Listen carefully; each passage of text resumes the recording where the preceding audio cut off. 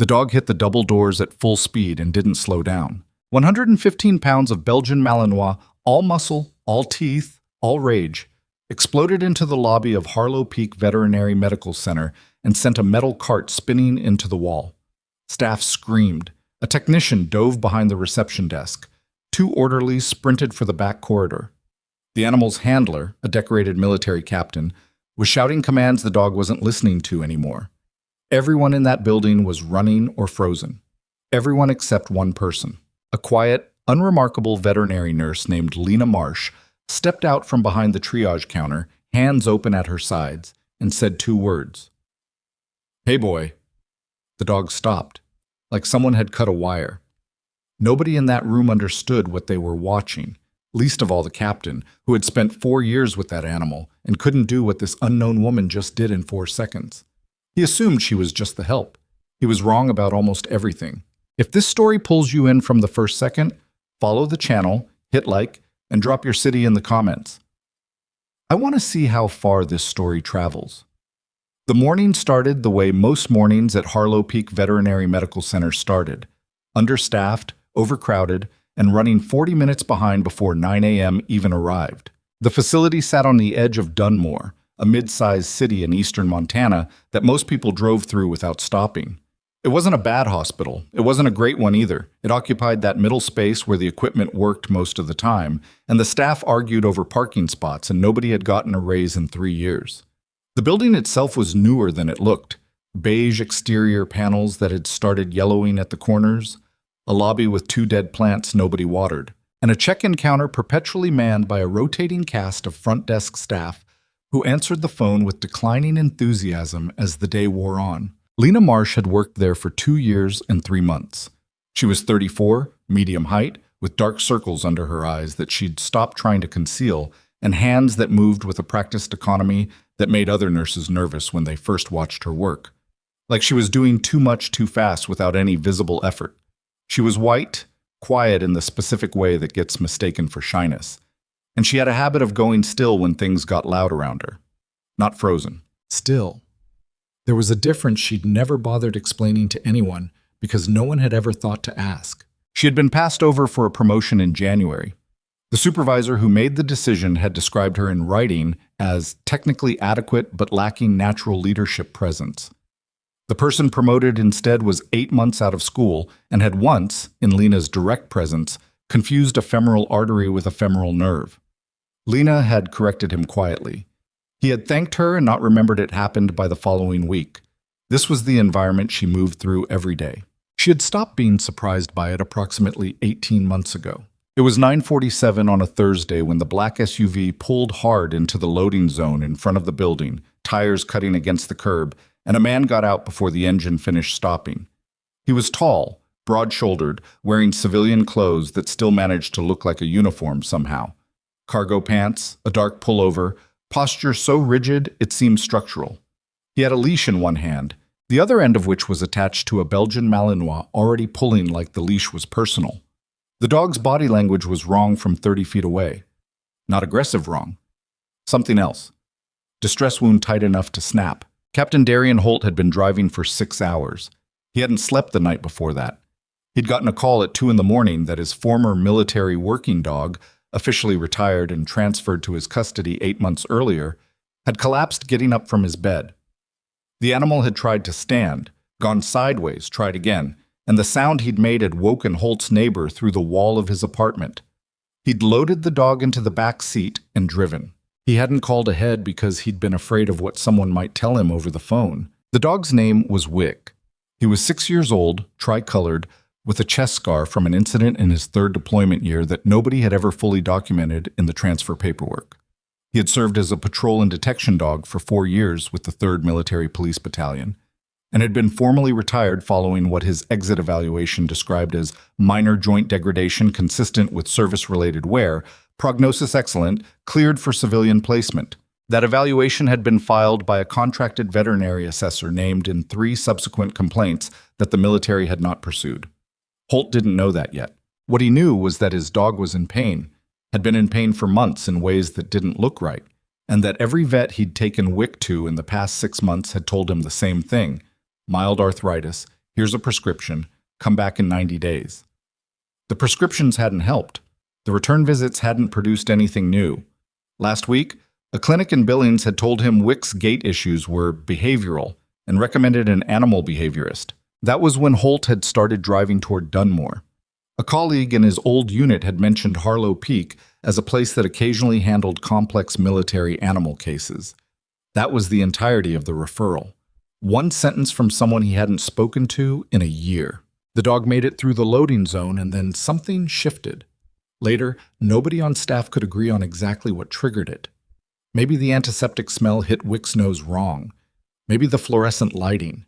Maybe 6 hours in a car after a night of pain had maxed out whatever reserve of patience the animal had left. Whatever the cause, Wick went sideways the moment the automatic doors opened, and Holt's grip on the leash wasn't enough. The dog hit the lobby at full force. The metal cart that went into the wall had been carrying diagnostic equipment worth about $4,000. It hit the wall hard enough to dent the drywall and sent a tray of instruments across the tile floor. A receptionist named Becca dropped her coffee and didn't stay to see where it landed. One of the newer vet techs, barely 22, flattened herself against the far wall and made a sound that wasn't quite a scream. Another staff member, a technician named Ruiz who'd worked there 6 years and thought he'd seen everything, took 3 steps backward and stopped only because there was a door behind him. Holt was shouting commands. Wick wasn't processing them. The dog's body was moving in fast, disoriented arcs around the lobby, knocking over a display stand near the waiting area, and the leash was whipping behind him because Holt had lost it in the initial surge. The dog's movements weren't predatory. They were panicked. But the distinction didn't matter much to anyone in the room who was watching a 115-pound working dog lose coherence in an enclosed space. Lena had been coming out of the secondary hallway carrying a patient chart when she heard the cart hit the wall. She stopped walking, looked through the interior window at the lobby, took in what was happening. The dog, the trajectory, the panic level of everyone around him, the specific way his back legs were compensating, and then walked toward the lobby door. Ruiz caught her arm. "Don't go out there." "He's not going to hurt anyone," she said. Not dismissive, factual. She opened the door. She didn't move fast, didn't make any sudden gestures. She stepped into the lobby and put herself at an angle to the dog, not directly in front, not squared up, which would have read as a challenge, and she let her hands hang loose at her sides and said, quietly, in a register that somehow cut through the noise, "Hey, boy." Wick stopped. It wasn't gradual. It wasn't a slowdown into stillness. He stopped the way things stop when a switch is thrown. One motion ending completely before anything else began. His head turned toward her. His ears, which had been pinned flat, shifted. The lobby was silent. Lena stayed still for 3 seconds. Let him read her. Then she crouched down, slow, unhurried, and held one hand out, palm up, a few inches off the floor. Wick took 2 steps toward her. Then he walked the rest of the way and put his head into her hand. She heard someone exhale behind her. She didn't turn around. "What's his name?" she asked. Holt was staring at her. He had the leash back in his hand, but hadn't done anything with it. "Wick," he said. His voice had gone flat in the way voices go when the body is burning through adrenaline and hasn't figured out what to feel next. "Wick." She said it to the dog, not to Holt. "You're okay. Nobody's going to make anything worse." She was watching his back end, the way he'd stopped carrying weight on his right rear leg the moment he felt safe enough to show it, the slight hitch in the set of his hip, the muscle atrophy along the hindquarter that meant this wasn't new. This was something that had been building for a long time. "Ma." Holt followed her through the intake process in a state that could most accurately be described as controlled bewilderment. He answered her questions, Wick's age, service history, the exit evaluation, the prescriptions, the 6 months of progressive symptoms, and she listened without interrupting and wrote things down. When she asked how long the compensatory gait had been present, he had to think about it, longer than he'd registered. She didn't make him feel bad about that. She just noted it and moved on. When Dr. Paige Dunbar came into the intake room, Holt visibly relaxed. Dunbar was the senior attending physician, 51 years old, with a wall of credentials and an air of competence that filled whatever room she entered. She was the kind of doctor that someone like Holt, structured, rank conscious, calibrated to signals of authority, would automatically trust. He turned to face Dunbar when she walked in and addressed almost everything to her from that point forward. Lena finished her notes and stepped back. She was used to this.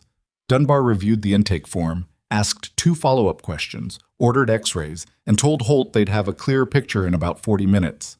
Standard process. Good clinical instincts. Lena had worked with her long enough to know Dunbar was thorough and usually right. But Lena had also seen the way Wick had held his weight when he stood. She'd felt the specific rigidity in his hip when she'd run her hand along his flank during intake.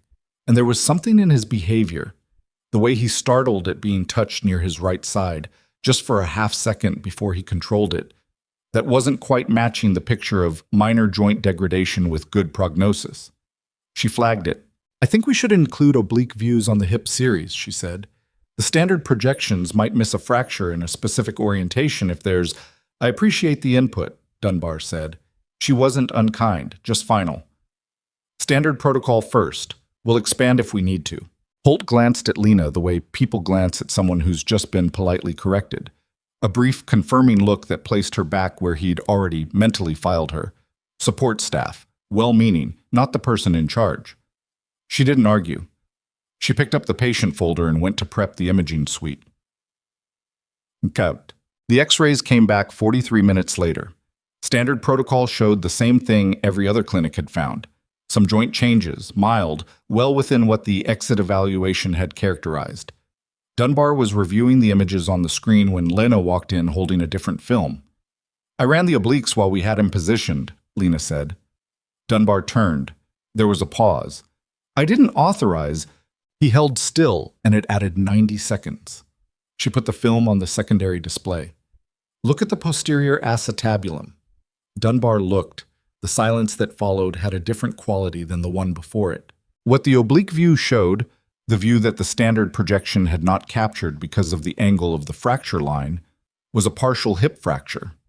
Not a crack. Not a stress reaction. A fracture. Partially healed, improperly healed, the bone knitting in a configuration that would have caused progressive mechanical impingement with every step the dog took. It would have been present, in some form, for months. Possibly longer. It would have been present when Wick was evaluated before retirement. "That was missed," Dunbar said, quietly. Not to Lena specifically, to the room. "More than missed," Lena said. Holt was standing in the doorway. He'd been waiting in the corridor and the door had been open. He'd heard enough. He came in and looked at the image. His jaw tightened. He looked at it for a long time without saying anything. When he spoke, his voice was controlled in the deliberate way of someone holding something down. His exit evaluation said he was cleared. Prognosis excellent. "I know," Lena said. "That evaluation was done 4 months before I got him. He's been on those meds for 6 months and nobody—" He stopped. "Nobody caught this. Or someone did," Lena said, and decided not to document it. Holt looked at her. It was a different look than the one from before. "What are you basing that on?" She held his gaze. "Experience." He didn't push it. She didn't elaborate. Surgery was scheduled for the following morning. Wick would need a procedure to address the impingement and a reconstructive approach to the misaligned bone. The timeline was tight but manageable. Dunbar would lead the surgical team. Lena would assist. Holt had nowhere to go in Dunmore that made any sense, so he stayed in the waiting area and drank 3 cups of bad coffee from a machine that charged $1.50 for something that tasted like hot regret. Around 2 in the afternoon, he found himself standing near the window that looked into the treatment corridor, watching Lena reposition Wick for a follow-up scan. The dog was medicated now, calmer, but he watched her with the particular attention that working dogs give to people they've decided to trust. It was a specific thing. Anyone who had spent time around trained working animals recognized it. Holt had seen Wick look at him that way once. It had taken 6 weeks of daily handling to earn it. Lena had gotten it in 30 minutes. He was still trying to categorize what that meant when the front desk paged over the intercom that he had visitors. Plural. 2 of them. He assumed it was someone from his old unit. He assumed a lot of things that day that turned out to be wrong. The 2 people waiting for him in the small consultation room off the main lobby were not from his unit. They were wearing civilian clothes, business casual, nothing that announced anything, but they had the quiet, observant energy of people accustomed to rooms where information was managed carefully. A man and a woman. The woman was black, early 40s, with reading glasses pushed up into her hair. The man was white, mid-50s, with a notepad he hadn't opened yet. They showed credentials. Department of Defense, Office of Inspector General. Captain Holt, the woman said. Her name was Investigator Renata Solis. We're not here for you. We're here for someone at this facility. He waited. Lena Marsh. Holt turned and looked through the narrow window in the consultation room door, down the corridor toward where Lena was still working with Wick. She's a nurse here, he said. Among other things, Solis said. Yes. Nobody told Lena they were there for the first 20 minutes. Solis had asked to observe before making contact, a standard approach that Holt didn't fully understand the reasoning behind, but didn't question. He sat in the consultation room and answered questions he hadn't expected to be asked. Did Wick's exit evaluation ever mention the name of the contracted assessor? Had Holt filed any complaints about the medical findings post-retirement? Did he have copies of the original paperwork? He had some of it. Not all. He'd kept what felt important and hadn't thought carefully enough about what that meant. When Solis finally went to find Lena, Holt stayed in the room with the other investigator, a quiet, watchful man named Brecker, who asked fewer questions and wrote more. Holt sat with what he now knew and tried to organize it into a shape that made sense. It didn't, yet, but it was starting to. Lena was changing Wick's IV line when someone said her name from the doorway, and she looked up to find a stranger with credentials already extended. She looked at the credentials, looked at the woman holding them. Her expression didn't change. Okay, she said. That was it. No surprise visible. No question. Like she'd been waiting for a word to arrive and had gotten tired of guessing what form it would take. She finished the IV line first.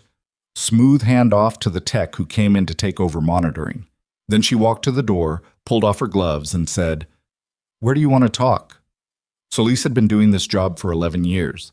She had interviewed whistleblowers and criminals and everyone in between.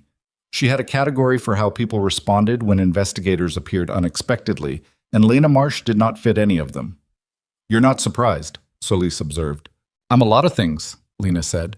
Surprised isn't one of them. They used an empty examination room. Solis closed the door. Lena sat on the edge of the examination table because the only chair in the room had a broken arm, and she'd been meaning to put in a work order about it for 3 weeks. We have your original complaint, Solis said, the one filed 4 years ago. Lena nodded.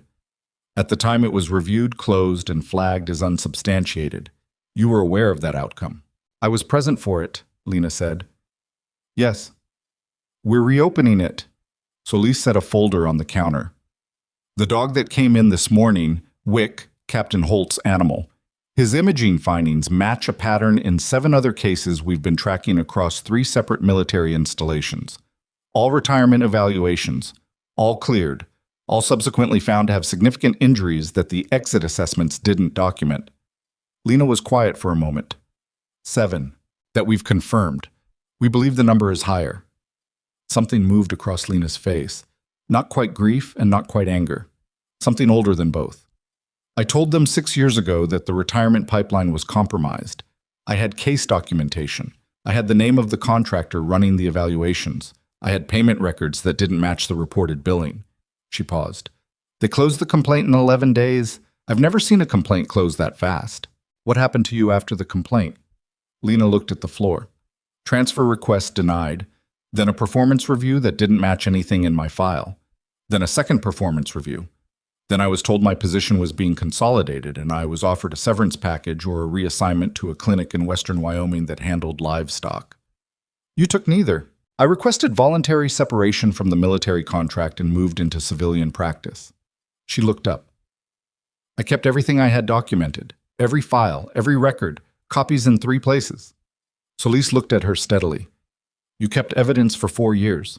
I kept evidence, Lena said, because I knew that someday either the pattern would get big enough to be impossible to ignore, or someone would bring me a dog who made the picture too obvious to deny. She glanced toward the door. Today it was both at once. There was a pause. Brecker, who had followed Solis in and taken up a position near the corner, spoke for the first time. Ms. Marsh, the encrypted files you mentioned in your 2021 supplemental, you still have access to those? Everything is current, she said. Last backup was 11 days ago. He and Solis exchanged a look. We're going to need you to work with us, Solis said. Formally. The documentation you have is potentially central to a federal investigation. I know, Lena folded her hands in her lap. I've been ready for 4 years. I just got tired of waiting. What? What Lena didn't mention, what she wouldn't mention until later, when there was a reason to, was that it wasn't purely patience that had kept her here, in this specific city, in this particular job that paid less than she was worth and asked less of her than she had to give. She'd come to Dunmore because of a name. A specific name attached to a financial record in her documentation that traced back to a regional military contractor with a satellite office 40 miles east of the city. She'd wanted to be close enough to watch without being visible, to stay within reach of something without being attached to it. The job at Harlow Peak had been convenient. It had also been, in a way she hadn't expected, something she actually valued. Not the job itself exactly, the work, the animals. The moments like this morning when a scared, exhausted dog walked into a strange place and something in him recognized something in her and the whole panicked situation went quiet. She'd spent 4 years protecting files that nobody wanted. She'd also spent 4 years getting very good at being underestimated, and she understood in a precise way that those two things were not unrelated. Holt was waiting for her when she came out. He was standing in the corridor with his arms crossed and his jaw set, and he looked like he'd been thinking hard about something and hadn't reached a conclusion he was comfortable with. They told me enough, he said. They probably told you what they needed you to know. You had documentation 4 years ago about the retirement evaluations. Yes. And they buried it. They closed the complaint and transferred the liability to me personally in the form of 2 fabricated performance reviews. She said it without inflection. Not like it didn't matter, like it had mattered so much and for so long that the pain of it had been refinished into something smoother, functional. It's a common approach. It's effective because it leaves the whistleblower looking like someone with a grievance instead of someone with evidence. Holt was quiet. He was looking at her with an expression that was trying to sort through several things at once. Guilt, maybe, for the way he dismissed her this morning. Anger, definitely, at what he was learning about Wick. And something underneath both of those that was closer to recognition. How many dogs? He asked. 7 confirmed. Probably more. She paused. Not all of them survived to come in somewhere like this. He looked away. She watched something settle in his expression, the specific gravity of a man confronting what he didn't know about something he believed he understood completely. She'd seen that look before. She wasn't unkind about it. She just waited for it to finish. I came in here today and talked to Dunbar like you weren't in the room, he said. Yes. You assumed correctly, given the context you had. She didn't make it easy or hard. You didn't have context. That's the design. He nodded slowly. What happens now? The investigators secure what I have. The imaging on Wick becomes part of the formal case record. They start building from the documentation outward. She looked toward the imaging suite. Wick gets surgery tomorrow, and he's going to be okay. Holt exhaled, long and slow. And you? She considered the question. I keep doing what I'm doing, and this time, she said, someone is actually listening. By 9 that evening, the Harlow Peak parking lot was quiet. One investigator's car sat near the far end, Brecker still inside going through his notes with a penlight. Holt had been given access to a small staff cot near the boarding area, so he could be close to Wick overnight. He'd accepted it without argument, which told Lena something about how the day had recalibrated him. She was finishing charting in the back office when her phone notified her of a login attempt on the cloud archive she kept for her secondary documentation set. The attempt had been flagged by the security software as originating from an unrecognized IP address through a routing pattern consistent with anonymized access tools. She stared at the notification. Then she looked at the time. 9:47 p.m. Less than 12 hours since the investigators had arrived. She picked up the phone and called Solis directly. "Someone just tried to access my files," she said when Solis answered. "Not the primary archive, the secondary one, the one I haven't mentioned to anyone outside this facility." There was a pause on Solis's end. "How would anyone know that archive existed?" she asked. "That," Solis said, "is exactly the right question." Lena looked out the office window into the dark parking lot, the investigator's car, the empty lot, the road beyond. Someone had moved fast, faster than any oversight bureaucracy moved, faster than a response to news, the kind of fast that came from already watching, already knowing, already having a system in place to contain what was uncontained. Whoever had buried her complaint 4 years ago hadn't stopped watching. They'd just been waiting for her to surface. Solis told her not to touch the archive, not to log in, not to run a verification check, not to do anything that would signal to whoever was probing that the attempt had been detected. "Just leave it exactly as it is," Solis said. "If they think the access attempt went unnoticed, they may try again with more exposure. We want that." Lena set the phone down and sat in the dark office for a moment, looking at nothing in particular. She had spent 4 years being careful about who she talked to, careful about what she put in writing, careful about the way she carried herself in rooms where she might be visible to the wrong people.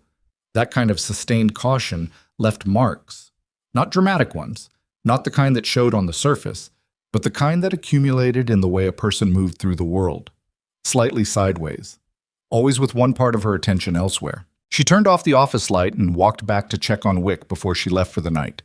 He was in the monitored recovery pen, sedated and stable, his breathing slow and regular. The tech on overnight duty, a young man named Ortega, who read paperback novels on slow nights and took his job more seriously than he let on, looked up when she came in and nodded. "He's been quiet," Ortega said. "Good." She crouched near the pen and looked at the dog for a moment, at the scar on his chest, at the way even sedated his ears tracked toward her when she moved. "Keep the right hip elevation consistent. If his temp goes above 102.4, call me directly, not the on-call line." "You're not going to be here?" "I'll be back by 6. She stood. "Don't let anyone in this room who isn't on the approved access list," Solis gave the front desk. Ortega's expression shifted slightly. He'd been there when the investigators arrived. He'd seen the credentials, heard enough through walls to know the shape of something larger without knowing the details. He was not the kind of person who asked questions he didn't need the answers to, which was one of the reasons Lena had specifically requested him for the overnight. "Got it," he said, and went back to his book. She drove home through streets that were mostly empty at that hour, Dunmore settling into the particular quiet of a city where people went to bed early because there was work in the morning and the work was physical and unforgiving. She lived in a second-floor apartment 12 minutes from the hospital, a place she'd chosen because it had 2 exits and a parking structure with a sightline to the street entrance. She told herself at the time that she'd chosen it for the price. She hadn't been entirely honest with herself. Inside, she made tea she didn't drink and sat at the kitchen table with her laptop open to a different archive. Not the one that had been probed, but the one she considered primary, the one that sat behind 2 layers of encryption and a login process that required a hardware key she kept on her person at all times. She didn't open any files. She just looked at the directory. 6 years of documentation, case records, financial traces, names, dates, evaluation reports cross-referenced against outcome records for individual animals. Some of those records ended with notations she'd pulled from secondary sources. Obituaries, really, though nobody called them that for dogs. Animals that had been evaluated as healthy and then died within 18 months of retirement from conditions that a correct diagnosis would have treated. She had built this archive the way some people build something they hope will outlast them. Not because she planned to be gone, but because she understood that evidence only mattered if it survived the people who held it. She closed the laptop, slept 4 hours, was back at Harlow Peak by 5:58. Wick's surgery began at 7:15. Dunbar ran the procedure with the careful, methodical competence that was her defining characteristic. Not flashy, not fast, just correct. Every step sequenced properly, no shortcuts taken. Lena assisted and spent most of the 3 hours focused on the work itself, which was the only way she'd ever been able to function inside an operating space. The world shrank to the animal on the table, the instruments in her hands, the specific technical problem being addressed. What they found when they got into the joint was worse than the imaging had suggested. The fracture had partially healed, yes, but it had healed against a secondary chip fracture that hadn't been visible even on the oblique X-rays. The chip had migrated slightly over time and was now pressing against the acetabular rim in a way that would have caused a specific, worsening type of pain with every step. Worse on impact, worse on incline, worse when the dog was tired. It was the kind of injury that a working animal would compensate for by changing gait, by shifting weight, by adjusting the mechanics of how it moved in ways that would accumulate into secondary joint damage over months and years. Dunbar said quietly, to no one in particular. This didn't happen in service. Lena didn't respond. She was holding retraction. I mean, it couldn't have gone undetected if it had been present when he was active, Dunbar continued. The gait changes would have been immediately visible.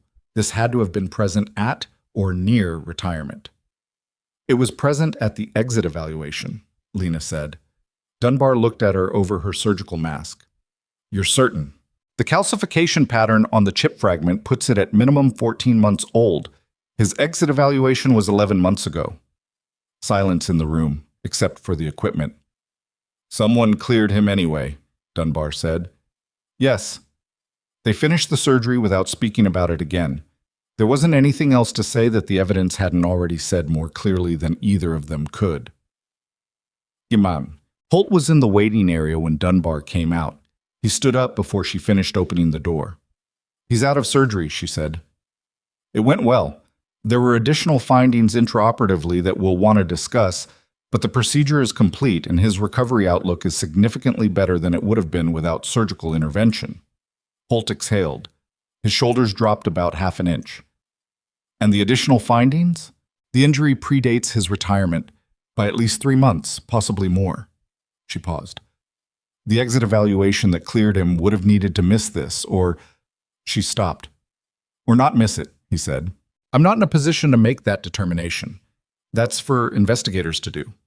She looked at him with something that wasn't quite apology and wasn't quite frustration, something in between. I should tell you that Lena flagged the additional views yesterday morning, the ones that showed the fracture initially. I didn't authorize them. Holt waited. I'm telling you that, Dunbar said, because it's relevant, and because I'm not certain I would have found what she found if I'd run a standard protocol. The oblique projection that revealed the primary fracture was her call. She left it there and walked back toward the surgical suite. Holt stood in the waiting area alone for a few minutes. He was not the kind of man who externalized process. He didn't pace, didn't fidget, didn't make noise when he was thinking.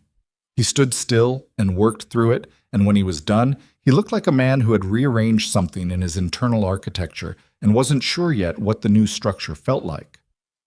Molche. Lena found him there when she came out an hour later, changed out of surgical scrubs and carrying 2 cups of coffee from the break room.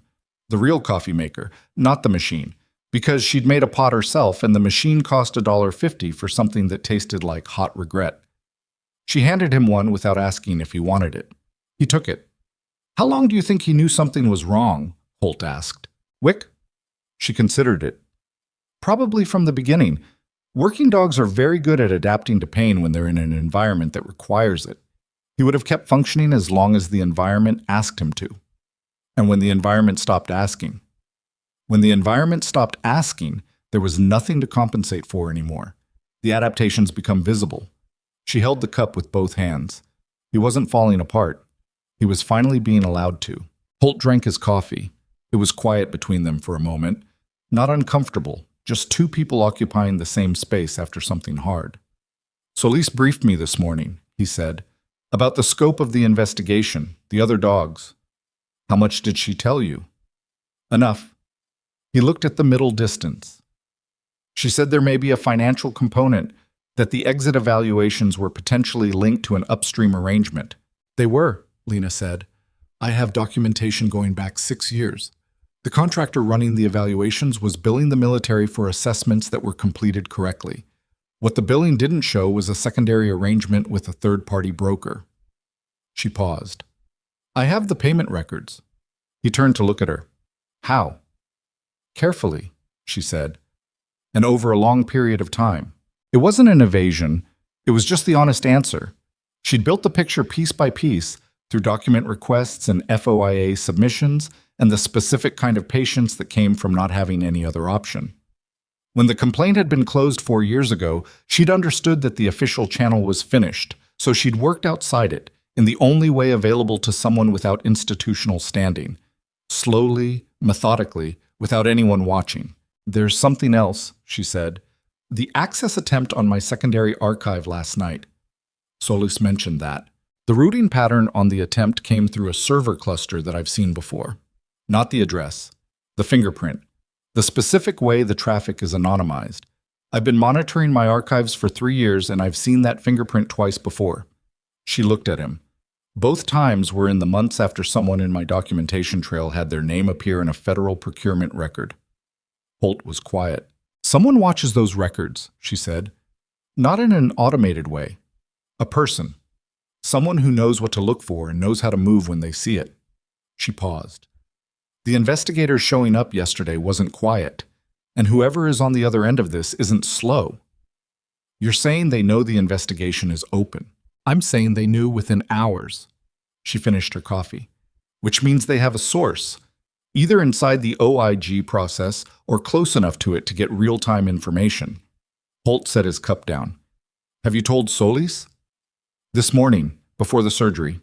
She glanced toward the window. She didn't look surprised, which is its own answer. Solis, in fact, had looked precisely as surprised as she'd intended to look, which was not at all. She was good at her face. It was a professional requirement she'd developed over a decade of work that required her to receive information in ways that didn't telegraph her operational read of it. What Lena had told her that morning had confirmed something Solis had suspected since the case was reassigned to her 6 weeks earlier. The original complaint closure in 2021 had been fast, unusually fast, and the performance actions against Lena had followed within 90 days, which was also unusually fast. In Solis's experience, institutions moved slowly when they were functioning and moved quickly when they were protecting something. The timeline on Lena Marsh's case had the shape of a rapid response operation dressed up as administrative procedure.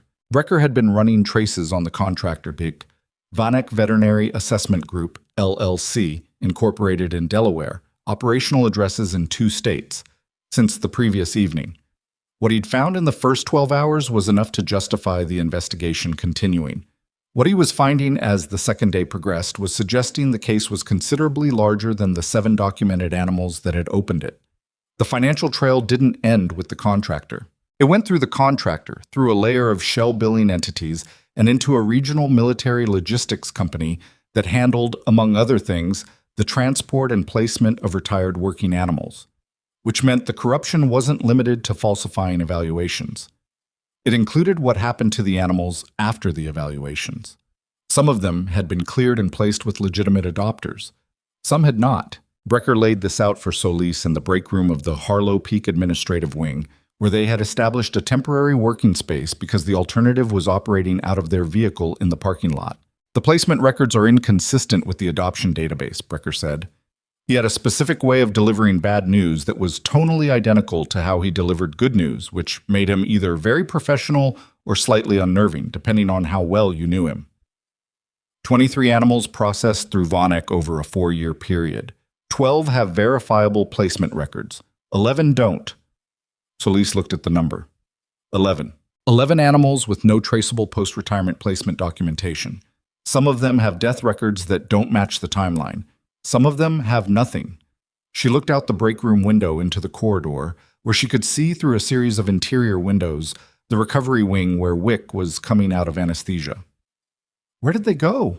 "That's what I'm working on," Brecker said. "But based on the financial routing, the same broker structure that was receiving the contractor payments has connections to 3 private security companies operating in Central America and Eastern Europe." Solis processed this. "They were selling them. The evidence currently suggests that some of them were redirected to private security contractors abroad.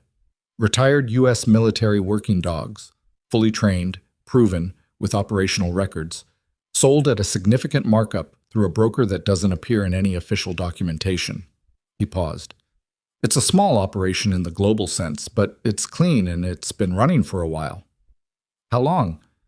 "Best estimate from the financial records, 6 years. 6 years. The same time frame as Lena's original documentation. The same starting point. Lena didn't know the details yet when she went back to check on Wick that afternoon. She knew the shape of it. She'd suspected for 3 years that the contractor arrangement had a downstream component, that the fraud wasn't just about falsifying evaluations for billing, but about creating a pipeline for animals who were evaluated as damaged when they weren't and healthy when they weren't, depending on what the transaction required. She hadn't been able to prove the downstream piece. That was the part of her documentation she'd always called the gap. She sat near Wick's recovery pen and watched him breathe. He was coming around slowly, post-anesthesia, the specific groggy stupor of an animal that didn't yet know where it was or how it had gotten there. His eyes opened partway, tracked unfocused, closed again. His body was doing the work of knitting, of adjusting to the new architecture of a corrected joint. Ortega had gone home and been replaced by a day tech named Suarez, who was efficient and thorough and had the specific quality of not taking things personally, which was useful in a recovery ward. He tried to lift his head about 20 minutes ago, Suarez said from the desk. Good sign. Is it true what people are saying? That there's a federal investigation? Lena looked up. What are people saying? Just that the 2 people from yesterday are still here and they're not veterinary consults. Suarez shrugged. It's a small building. It's always a small building, Lena said. Don't repeat things you're not sure of. Suarez nodded and went back to his chart. She wasn't annoyed at the question. Gossip in small medical facilities was as reliable and unstoppable as weather. You didn't fight it, you just managed what you could. What concerned her was the speed of it. If the staff were talking, people outside the staff would eventually hear things, and Dunmore was the kind of city where eventually was not a long time. She was thinking about that when her phone buzzed. A text from a number she didn't recognize, 9 digits in a sequence she'd never seen before. The message was 4 words. Stop now, you're exposed. She stared at it. Then she photographed the screen with a second phone, an old one she kept charged in her locker for reasons she'd never fully articulated even to herself, and texted the image to Solis. Then she sat with it. Someone wanted her scared. Maybe that was the only intent, just noise, pressure, an attempt to destabilize. But the fingerprint on last night's access attempt and now this, within 24 hours of the investigators arriving, had a pattern to it that went beyond simple intimidation. This was monitoring. Someone had her phone number, which wasn't in any public record associated with her name, which meant they had access to something that wasn't easy to access. She thought about the 6 years of files, the carefully maintained archive, the hardware key currently clipped to the inside of her badge holder. She thought about the 11 animals Brecker was looking for, whose whereabouts she didn't yet know were unaccounted for, because Solis hadn't told her that piece yet. She thought about the complaint that had been closed in 11 days. Then she stood up, checked Wick one more time, told Suarez she'd be back in 30 minutes, and went to find Solis. Solis was in the administrative break room with Brecker and a laptop connected to a mobile hotspot when Lena knocked on the doorframe and showed her the phone. Solis read the message, looked at Lena's face, looked at Brecker. Tell me you've been using your personal phone for communication since yesterday, Brecker said. I've used my personal phone for communication my entire life, Lena said. That number is not associated with this case. It's not associated with anything I've filed in 4 years. It's a phone I got after I left military contracting. Which means they pulled it from somewhere, Brecker said. Employment records, utilities, vehicle registration, something. Or they've been maintaining a file on her since 2021, Solis said. She was already composing something on her laptop, not looking up. If the response protocol to the original complaint included ongoing monitoring, they'd have everything she's used since then. The room was quiet for a moment. They built a file on me, Lena said. Not a question, working through it. If the operation is as organized as the financial evidence suggests, Solis said, yes. That's standard containment protocol for a threat to an ongoing fraud. You filed a complaint. The complaint was closed, but the threat, you, didn't go away. So they watched. She looked up. The access attempt last night wasn't exploratory. They knew the archive existed. They were trying to reach it. They still don't have it, Lena said. No. But they now know you're cooperating with an active federal investigation, and they know the archive wasn't reached.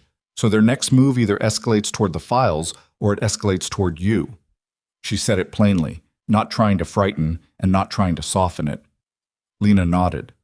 What do you need from me? Everything in the primary archive transferred to a federal server tonight. We do it here, secured connection, and once it's on our infrastructure, the access question stops being your problem. Solis looked at her steadily.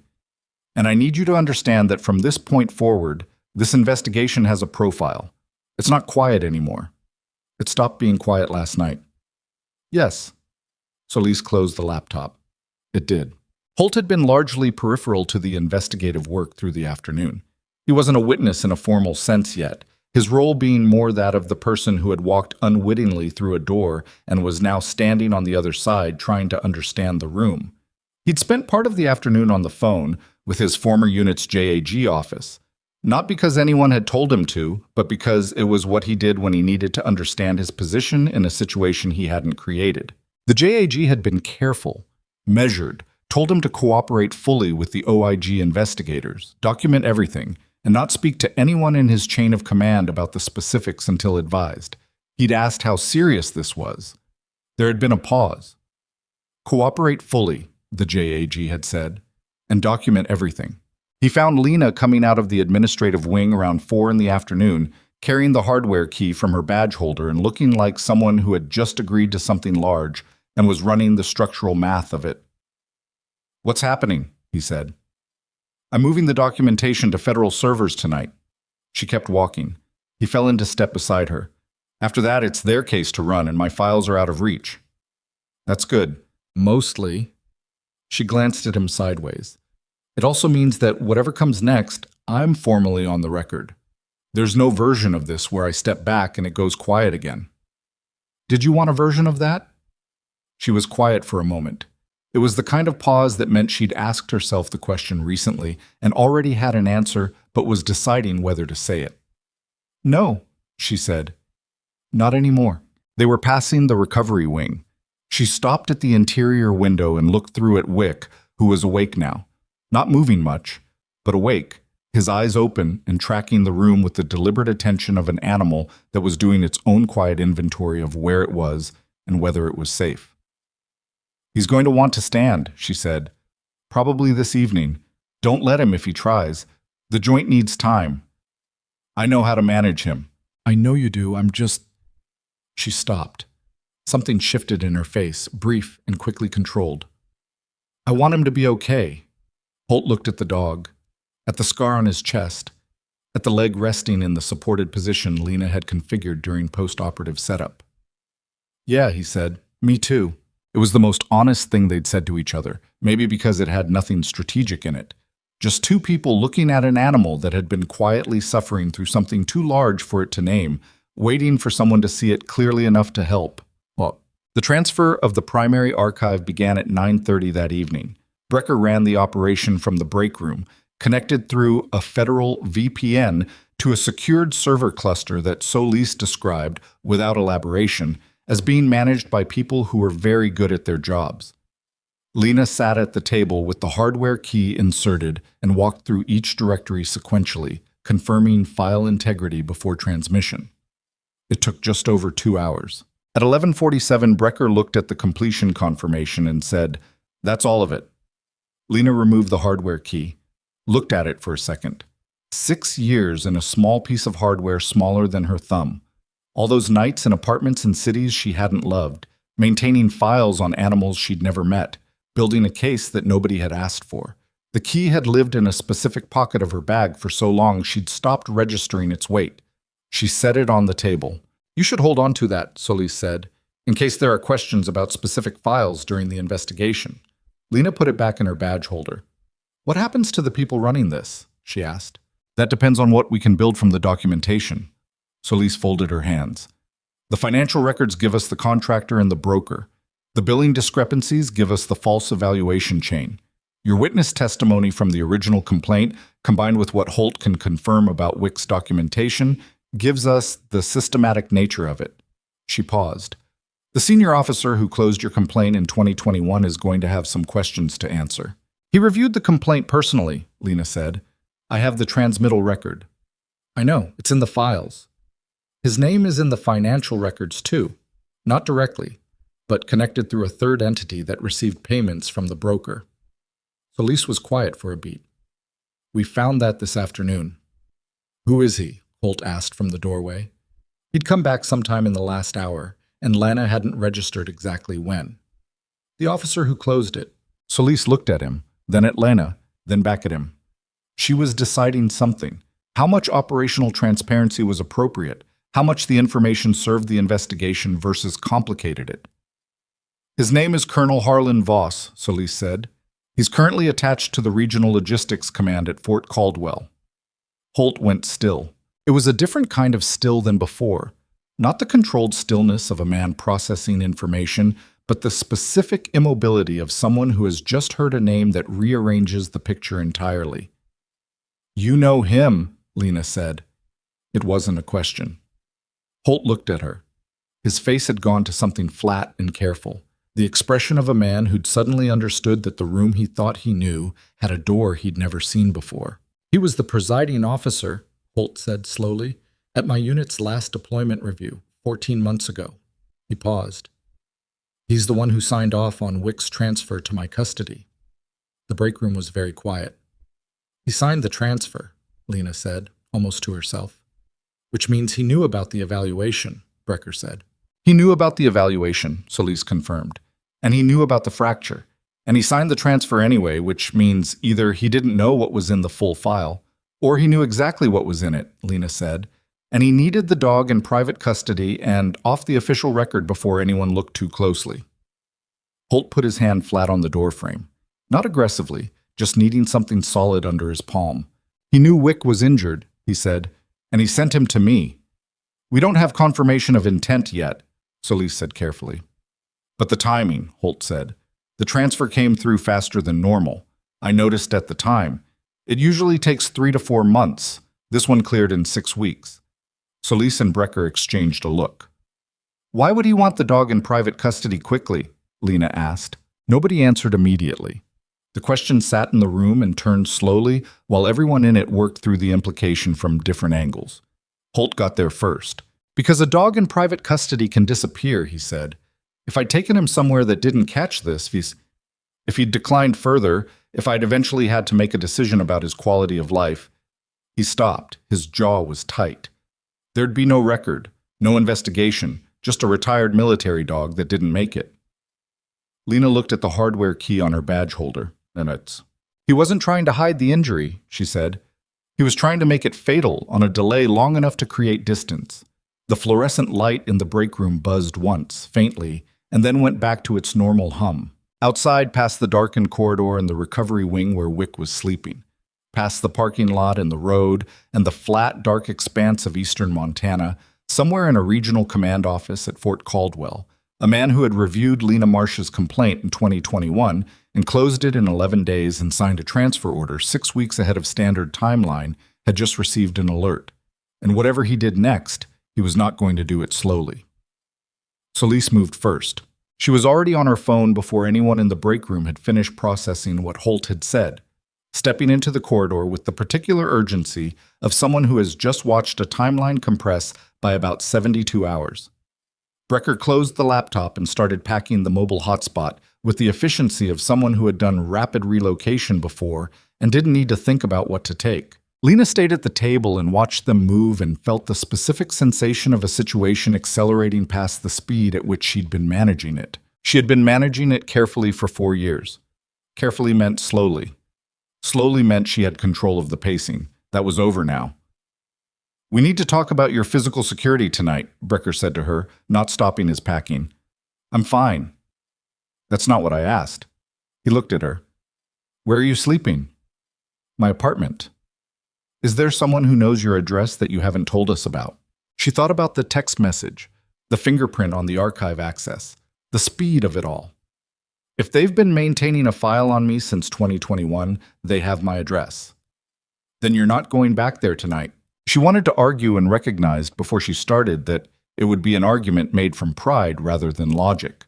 The same instinct that had kept her functioning independently for 4 years, not relying on institutional structures she had reason not to trust, was now working against her. The situation had changed. Brecker was right. And being right in a way she didn't want him to be was still being right. "There's a staff room here," she said, "with a couch that's been described as survivable." "That works. The building has one point of entry after hours, security camera on the parking lot. Holt is already here." Brecker zipped the bag. "Stay here tonight." She nodded. He left to join Solis in the corridor. Lena sat alone in the break room for a moment, in the fluorescent hum and the smell of old coffee and the specific quiet of a building that had been about veterinary medicine this morning and was now about something considerably larger. She looked at the table where the laptop had been, the slight scuff mark on the surface that someone had made years ago and nobody had buffed out. The sugar packets fanned in a holder that was shaped like a barn, which she had always thought was a strange choice for a veterinary facility. She had spent 4 years waiting for the investigation to become real. She hadn't thought carefully enough about what real would feel like when it arrived. It felt like a building that was no longer entirely under its own logic. Voss moved at 0200. Solis didn't know this yet when she made her first call at 11:53 to the OIG duty officer. She reported the name, the connection, and the circumstantial evidence of prior knowledge. The duty officer told her a supervisory agent would be looped in by morning and that no direct contact with Voss should be made before the evidentiary chain was formally reviewed. Solis said she understood. She also understood that formally reviewed by morning, in her experience, meant 6 to 10 hours of institutional process, during which the subject of an investigation could do quite a lot if he was the kind of person who had maintained a fraud operation for 6 years without it surfacing. She did not tell the duty officer this. She called Brecker instead and told him to run an immediate check on Voss's communication records through the channels that didn't require a duty officer's sign-off. Brecker started that process at 12:04. By 12:30, he had the first result that mattered. Voss had made 2 phone calls after 2200 that evening, both to numbers associated with shell entities that appeared in Lena's documentation. One of those numbers had also been called by the same routing used in the archive access attempt the previous night. Brecker printed the call records and put them in a folder. At 200, a motion alert from the building's external camera captured a vehicle in the parking lot that hadn't been there at midnight. Montana plates, registered to a rental company with a branch location in Billings. The alert went to the building's security system and generated an email notification to the facility director, who was asleep and didn't see it. Ortega saw it. He'd come back for a late shift because the overnight tech had called out sick, and he happened to be looking at his phone at the desk when the notification forwarded to the shared staff channel. He went to the window and looked out at the parking lot. One vehicle, dark-colored, mid-size, engine off, no visible occupant from this distance. He called Lena's cell. She answered on the second ring. She hadn't been deeply asleep. The staff room couch was, as advertised, survivable but not comfortable, and she'd been in the specific state of half-consciousness that wasn't rest so much as deferred alertness. "There's a car out front," Ortega said. "Been there about 10 minutes. Didn't belong to any of the overnight staff when I checked." She was already sitting up. "How many occupants can you see?" "Can't tell from here." "Don't go outside. Call the number Solis left with the front desk." She was pulling on her shoes when she knocked on the door of the room where Holt had been given cot space, 2 doors down the corridor. He was awake when she opened it, or awake enough, which with his background was functionally the same thing. "Possible vehicle in the lot," she said. He was standing before she finished the sentence. Solis arrived in the corridor from the administrative wing 4 minutes later, which suggested she hadn't been sleeping deeply either. She had her credentials in hand and her phone against her ear, and she held up one finger at Lena and Holt. "Wait," while she finished the call. "Local law enforcement is rolling," she said when she hung up. "Stay away from the exterior windows." "My dog is in the recovery wing," Holt said. It wasn't a request for permission, just a statement of where he was going. Solis looked at him. "The recovery wing is interior. Go." He went. Lena followed because the recovery wing was also where she needed to be if anything happened that required medical response, which was the practical justification, and also because standing in a corridor waiting was not something her nervous system was capable of at this moment. The recovery wing was quiet. Wick was awake. He'd registered the elevated activity in the building before any of the humans had visibly reacted, the way working dogs do. that specific neural attunement to shift an environment that 4 years of operational training had built into him and 6 months of civilian life hadn't dismantled. He was sitting up in the pen, weight correctly distributed now with the surgical correction, watching the door. Holt sat on the floor next to the pen and put his hand flat against the wire. Wick pressed his nose against it. They stayed like that. Lena positioned herself where she could see both the door and the monitoring station. Ortega was at the desk, looking at the camera feed on his phone. The external camera app, which he'd pulled up, was showing the parking lot at a resolution that was just good enough to see the vehicle and not good enough to see inside it. "Still there?" he said. Then, "There's a second one." A second vehicle had pulled into the far end of the lot. Different angle, parked with the nose toward the building. Lena looked at Holt. He was already looking at her. "That's not a coincidence," he said. "No," she said. "It's not." The Dunmore police units arrived at 02:18, 2 vehicles, which was most of the overnight patrol capacity for a city this size. And Solis met them at the front entrance and spent 3 minutes she could tell she didn't have explaining the federal dimension of the situation. The officers were cooperative and quick about it, which she gave them credit for. By the time units approached the vehicles in the lot, the first car was empty. The second had one occupant, a man, 30s, no immediately visible weapons, who produced a Montana driver's license and a story about being lost and parked to check his phone, which was a story that nobody in the lot believed, but that couldn't be immediately disproved. He was detained for questioning. The first car yielded when the plates were run, a rental under a name that connected to one of the shell entities in Brecker's call record trace.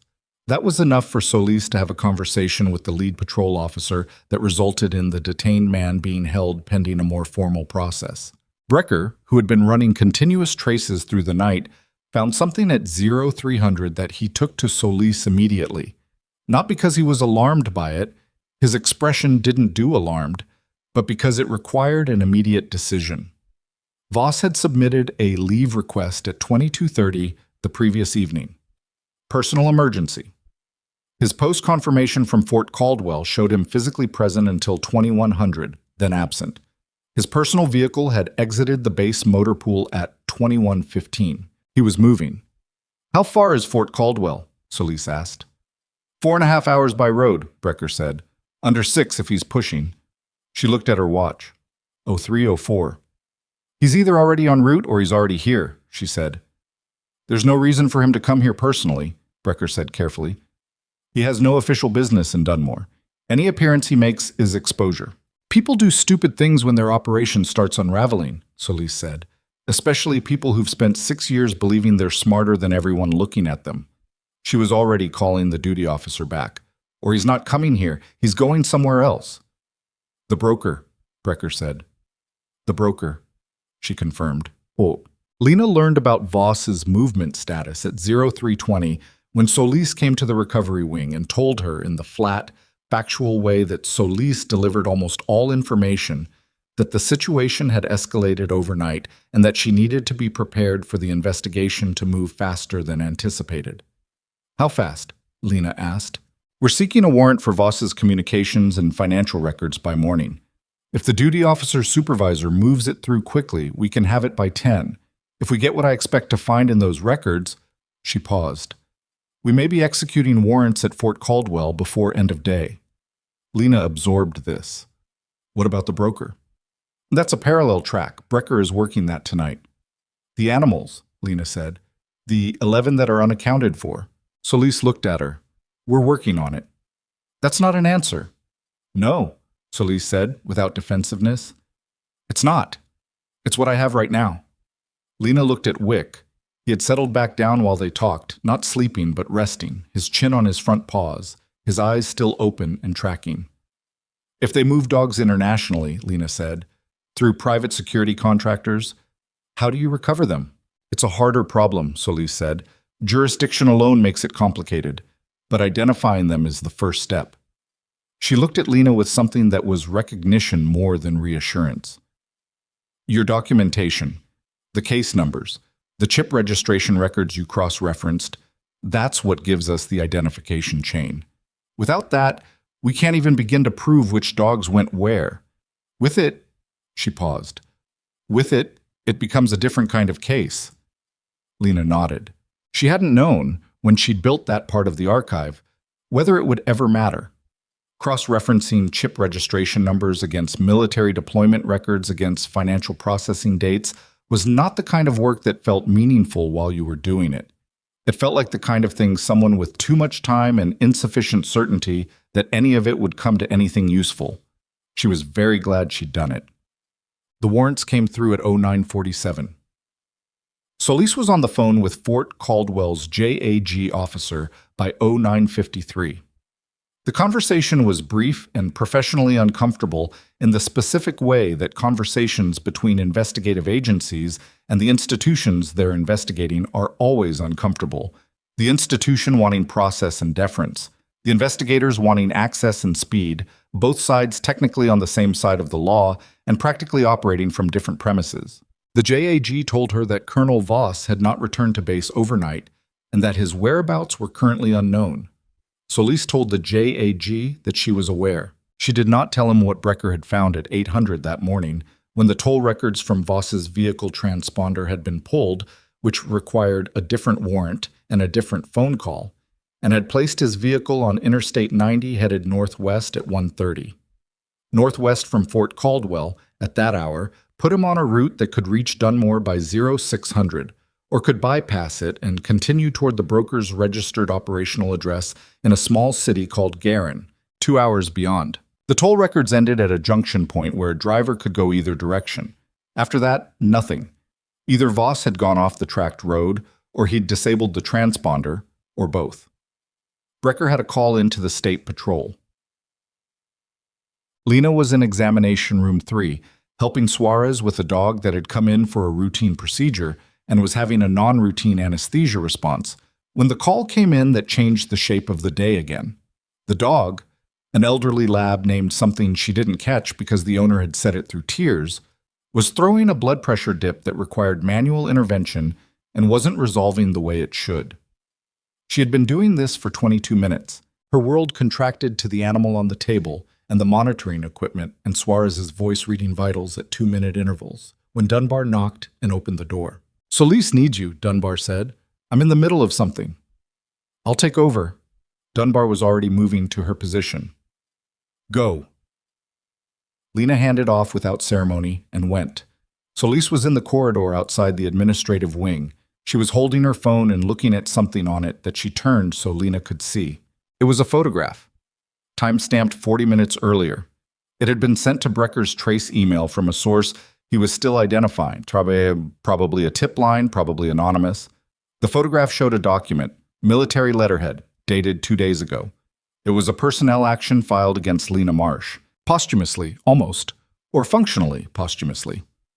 It alleged that Lena had falsified the documentation she'd submitted in her 2021 complaint, that the records she'd cited had been fabricated, that the complaint had not been a genuine whistleblower action, but a retaliatory filing by a disgruntled former contractor attempting to damage the career of a superior officer. The document cited specific files from her archive, files that were now on a federal server, and alleged that forensic analysis had found them to be altered. Lena read it twice. "This was filed 2 days ago," she said, "before you met with us, before Holt came in with Wick." Solis looked at her. He had this ready. He was watching the investigation open from the outside, and he had this prepared in advance. "He's been monitoring the OIG," Lena said, "or someone connected to the OIG." "Yes." Solis put the phone down. "The allegation is that your records are fraudulent. If that narrative takes hold before we can counter it, it compromises the evidentiary chain." Lena was quiet. She was thinking about a specific conversation she'd had with herself in a Wyoming apartment 5 years ago, at 2 in the morning, after the severance was finalized and the performance reviews were in her file, and the complaint was closed and there was genuinely no institutional structure left to support her. She had sat in that apartment and asked herself, not abstractly but practically, whether the documentation she was maintaining had any real mechanism for mattering, whether the careful work she was doing in the absence of any audience had a function beyond keeping her own sense of the truth intact. She had decided to keep doing it, not because she'd resolved the question, because she hadn't been able to stop. "The original records have metadata," she said, creation timestamps, edit histories, source file hashes. If forensic analysis finds alteration, it's because they introduced it, not because it's there. She looked at Solis. Can you prove that? That's what I need to know, Solis said. Your archive is on our server. We have the originals as you transmitted them. If there's a parallel set of documents being presented as the original with altered metadata, then the two sets will diverge in ways that show the alteration, Lena said. Yes. Our forensic team is working it now. How long? Hours, not days. They're good. And Voss? Solis looked at her phone. State Patrol found his vehicle in a rest stop outside a town called Miran, about 90 minutes east of Garin. Vehicle was empty. He left it. He's in the wind, Lena said. For now. It was not a comforting phrase. It meant the investigation was active, the case was building, the forensic teams were working, and the man who had buried her complaint and arranged for an injured dog to quietly disappear into private custody was no longer in a location anyone could verify, which made every other piece of the situation slightly less predictable. Holt spent the morning with Wick and tried not to be in the way. He was not naturally good at being on the periphery of a situation. His entire professional formation had been oriented around having a role, a function, a specific position in a structure that moved toward a defined objective. Being in a veterinary facility while investigators ran traces and forensic teams worked files, and the man responsible for his dog's suffering drove somewhere unknown in eastern Montana was a particular kind of difficult. He helped with Wick's morning assessment. He held the dog still while Suarez checked the surgical site and changed the dressing. Wick tolerated it with the patience of an animal that had decided its current environment was acceptable and was waiting to see what happened next. The surgical site looked right. Clean margins, no indication of infection, the joint already sitting in a configuration that, when Lena came by to check it before noon, she described as much better than expected for 18 hours post-op. She said it in the matter-of-fact way she said most things, without the careful cheerfulness some practitioners used when they wanted to manage a worried owner's emotions. Just the accurate observation. He appreciated that. The document they filed against you, he said, while she was completing her notes. The fraud allegation. Yes. Can they make it stick? She looked at him.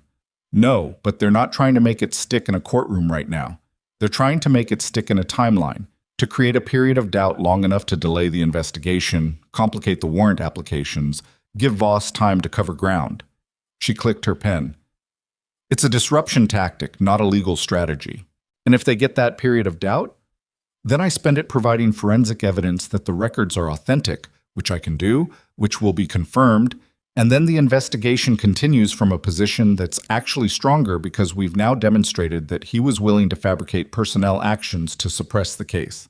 She looked at her notes. He's accelerating his exposure with every move he makes. You don't look as calm as you sound, he said. She stopped writing, looked at him with something that was close to a surprised expression, and then wasn't, and then settled into something more straightforward. I'm not, she said. But I've been doing the version of this that felt hopeless for 4 years. This version has federal investigators and forensic teams and actual institutional weight behind it. She resumed writing. I can manage the version that has a chance. The forensic confirmation came at 1340. Brecker brought it to Solis in 3 pages of technical documentation that would have required a specialist to fully interpret, but whose conclusion was clear in the executive summary at the top. The documents presented by the Voss-associated personnel action showed markers of post-creation metadata manipulation consistent with file alteration. The originals, as transmitted to the federal server, showed no such markers. The creation timestamps, the edit histories, the source file hashes, they matched Lena's documentation methodology precisely and diverged from the presented versions in ways that had a single coherent explanation. The documents in the personnel action had been modified from their originals, which meant Voss, or someone acting for him, had obtained copies of Lena's actual documentation, altered them, and submitted those altered versions as evidence of her fraud, which meant they had accessed her files at some point prior to the investigation opening, which meant the secondary archive access attempt hadn't been the first time. When Solis told Lena this, they were standing in the corridor outside the recovery wing, and Lena was holding a cup of coffee that had gone cold while she listened. They got into the secondary archive before, Lena said, at least once. The metadata on the presented documents uses file properties from your directory structure, folder names, naming conventions. They accessed enough to copy and modify specific records. Solis looked at her. The hardware encryption on the primary archive prevented them from reaching those files, but the secondary archive was newer encryption, Lena said. I upgraded it 8 months ago, but there was a period before that when it was a commercial product. She closed her eyes for a second. Not despair. Calculation. How long have they had copies? We're estimating 18 months based on file property data. 18 months. During which they had known the shape of her documentation, had known what she had, and had been preparing a counter-narrative. They had been running their own parallel operation, not to destroy the evidence because they couldn't reach it cleanly, but to pre-construct a rebuttal. To have the allegation of falsification ready to deploy the moment the real investigation opened. It was objectively a sophisticated defensive posture. It was also, now, completely exposed. Because the forensic divergence between the altered copies and the originals was exactly the kind of evidence that turned a he said, she said into a demonstrable fact. Whoever had advised Voss on this strategy had either been overconfident or out of options. Possibly both. File the forensic confirmation with the duty officer, Lena said, and add the unauthorized access to the secondary archive to the charge framework. Solis almost smiled. Already drafting it. At 15:12, a state patrol unit spotted a man matching Voss's description at a gas station outside Garin.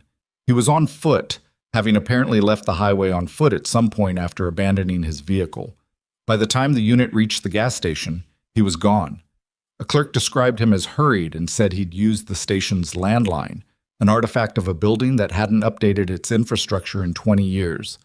Brecker pulled the outgoing call from that landline at 15:30. It had gone to a number in Nevada, a number that, when traced, connected to the personal cell of a man named Orrin Falk, the registered agent of record for 3 of the shell entities in Lena's financial documentation. The primary broker. Voss had called him, and the call had been 12 minutes long. He told him we're coming, Brecker said. Which means Falk is either running or he's destroying records, Solis said, or both. Solis was already on a different call, to the Nevada field office, with the case file number and the broker's last known address. She talked for 9 minutes. When she hung up, her expression had the particular quality of someone who has rolled a complicated set of variables and gotten a result they can work with. They're moving on Falk in the next hour, she said. Whatever he has, they'll get it before it's gone. And Voss? Brecker asked. He's on foot in a town of about 3,000 people with no vehicle and no recorded connection to anyone in the area. She looked at the map on the table. He's not going anywhere quickly. State Patrol has every road out covered. It should have felt like control being regained. The forensic confirmation, the Falk intercept, the State Patrol coverage, the Nevada field office moving. All of it pointing toward the kind of convergence that turned an investigation into an outcome. Lena knew better than to feel like anything was certain. She'd watched a certain outcome close in 11 days 4 years ago. She went back to work. At 16:40, she was assisting Dunbar with a post-surgical consult, a different animal, a cat that had come in that morning with an abdominal obstruction and was recovering in the adjacent pen to Wick with the specific groggy resentment of a cat that has been subjected to veterinary intervention. When Ortega put his head into the recovery wing and said, "There's someone at the front desk asking for you. Tell them I'm with a patient. He said to tell you he's not leaving." Lena looked at Dunbar. Dunbar tilted her head toward the door. The man at the front desk was in his 60s. Civilian clothes that had the residual crisp of someone who normally wore something more formal. He was standing with his hands at his sides and his posture at a military bearing he probably wasn't aware of maintaining. And he had the look of a man who had driven a distance and was trying to decide whether the decision had been the right one. He was not Voss. She'd never seen him before. "Lena Marsh?" he said. "Yes. My name is Terrence Grady." He paused. "I was the officer who reviewed your complaint in 2021. The lobby was quiet. Becca at the front desk had gone very still. The man held Lena's gaze without flinching, which took something. Given what she knew and what he presumably knew, she knew. "I drove from Missoula," he said. "I need to tell you something that I should have said 4 years ago." She studied him for a long moment. The set of his jaw, the specific kind of tired that wasn't from driving. "How did you know I was here?" she said. Something shifted in his expression. Not guilt, exactly. Something older than guilt and less clean. "Because Harlan Voss called me this morning," he said. "And what he asked me to do made me understand very clearly that I've been on the wrong side of this for a very long time." Lena looked at him. Behind her, she heard footsteps in the corridor. Solis, who had been in the administrative wing and had apparently either overheard or been watching the lobby camera, coming toward the front desk at a pace that was professional and quick. Grady saw Solis coming and looked back at Lena. "He asked me to file a corroborating statement supporting the fraud allegation," he said, "to say I'd seen evidence during the 2021 review that the complaint was fabricated." His voice was flat, controlled. The voice of a man saying a thing he'd been building toward all day. "I was the one who closed your complaint. What I haven't told anyone is that I was told to close it, directly, by Harlan Voss." He paused. "And I did." Solis arrived at Lena's shoulder. Grady looked at the credentials she was already showing. "I'd like to make a formal statement," he said. Lena stood very still in the lobby of Harlow Peak Veterinary Medical Center, while the man who had buried her complaint 4 years ago looked at her with the specific expression of someone who had spent 4 years knowing what he'd done and had finally run out of distance between himself and it. She wanted to feel something clean. Relief, maybe, or vindication, or the particular satisfaction of watching a long-maintained truth finally find its level. Instead, she felt something more complicated, the recognition that even this, Grady arriving voluntarily, was not the simple correction it appeared to be because Voss had called him first, and Voss's call had been the reason Grady was here, which meant that Voss, in his desperation, had made the mistake of reaching toward the one person in his network who had been sitting with 4 years of accumulated conscience and was ready to use it. Voss hadn't known that. He'd been so certain of his control over the people around him that he hadn't considered the possibility that some of them had been waiting for exactly this moment. She looked at Grady. "Room's in the back," she said, and stepped aside to let Solis take it from there. She was halfway back to the recovery wing when her phone buzzed in her pocket. Not Solis. Not Brecker. Not a number she recognized. She answered it. Silence for 2 seconds. Then a voice, male, even, almost eerily calm for a man who was on foot in eastern Montana, with state patrol closing every road and a co-conspirator in the process of formally condemning him. "You should know," Voss said, "that there are things in your file you haven't found yet." She stopped walking. "Things that don't come from me," he said. "Things that were put there before I was involved. Things that go higher than anyone in that building currently understands." She kept her voice level. "Tell me." "Not like this." His voice was still even, still controlled in the way of a man holding something he thinks gives him leverage. "I'll talk to investigators, but I want terms first." "You're not in a position to set terms." "Maybe not." A pause. "But I'm in a position to tell you that what you found in those financial records, the shell entities, the broker, the placement chain, that's not the ceiling of this. That's a floor." Another pause, and when he spoke again, something in the evenness cracked just slightly, just enough to hear it. "I didn't build this, Miss Marsh. I was handed a piece of it, and I ran it because the alternative was a conversation I wasn't ready to have. But whoever handed it to me is still sitting in a building with a flag outside it, and they are not worried about me or you or your 6 years of files." Lena looked at the corridor wall in front of her. "Then you'd better start worrying about them before they decide you've become a liability," she said, "because right now you're the only one of the two of you that investigators can find." The line stayed open for 3 seconds, then went dead. She stood in the corridor for a moment, phone in her hand, looking at nothing. Then she turned around and walked back toward the front desk, because Solis needed to hear this in the next 30 seconds, and because whatever Voss had just implied about the ceiling of this case had just changed the shape of everything she thought she understood about the floor. Solis was still in the lobby with Grady when Lena came back through the door. The expression on Lena's face was enough. Solis read it in the first second and held up one finger to Grady. "Wait," and stepped aside. Lena told her about the call in 40 seconds. No editorializing, just the content, the duration, the specific thing Voss had said about a ceiling, about being handed a piece of something larger, about someone still sitting in a building with a flag outside it who wasn't worried. Solis listened without interrupting. When Lena finished, Solis was quiet for 3 seconds, which in Solis's operational vocabulary was a long time. "He called you directly," she said. "Yes." "From a number we don't have on record?" "Yes." "Which means he has a phone that wasn't in his vehicle when he left it." Solis was already turning back toward Grady. "We need everything he knows about Voss's communication structure. Now, not after the formal statement." She looked at Lena. "And I need you to write down every word of that call while it's current. Exact phrasing. Don't interpret, just transcribe." Lena nodded and went to find paper.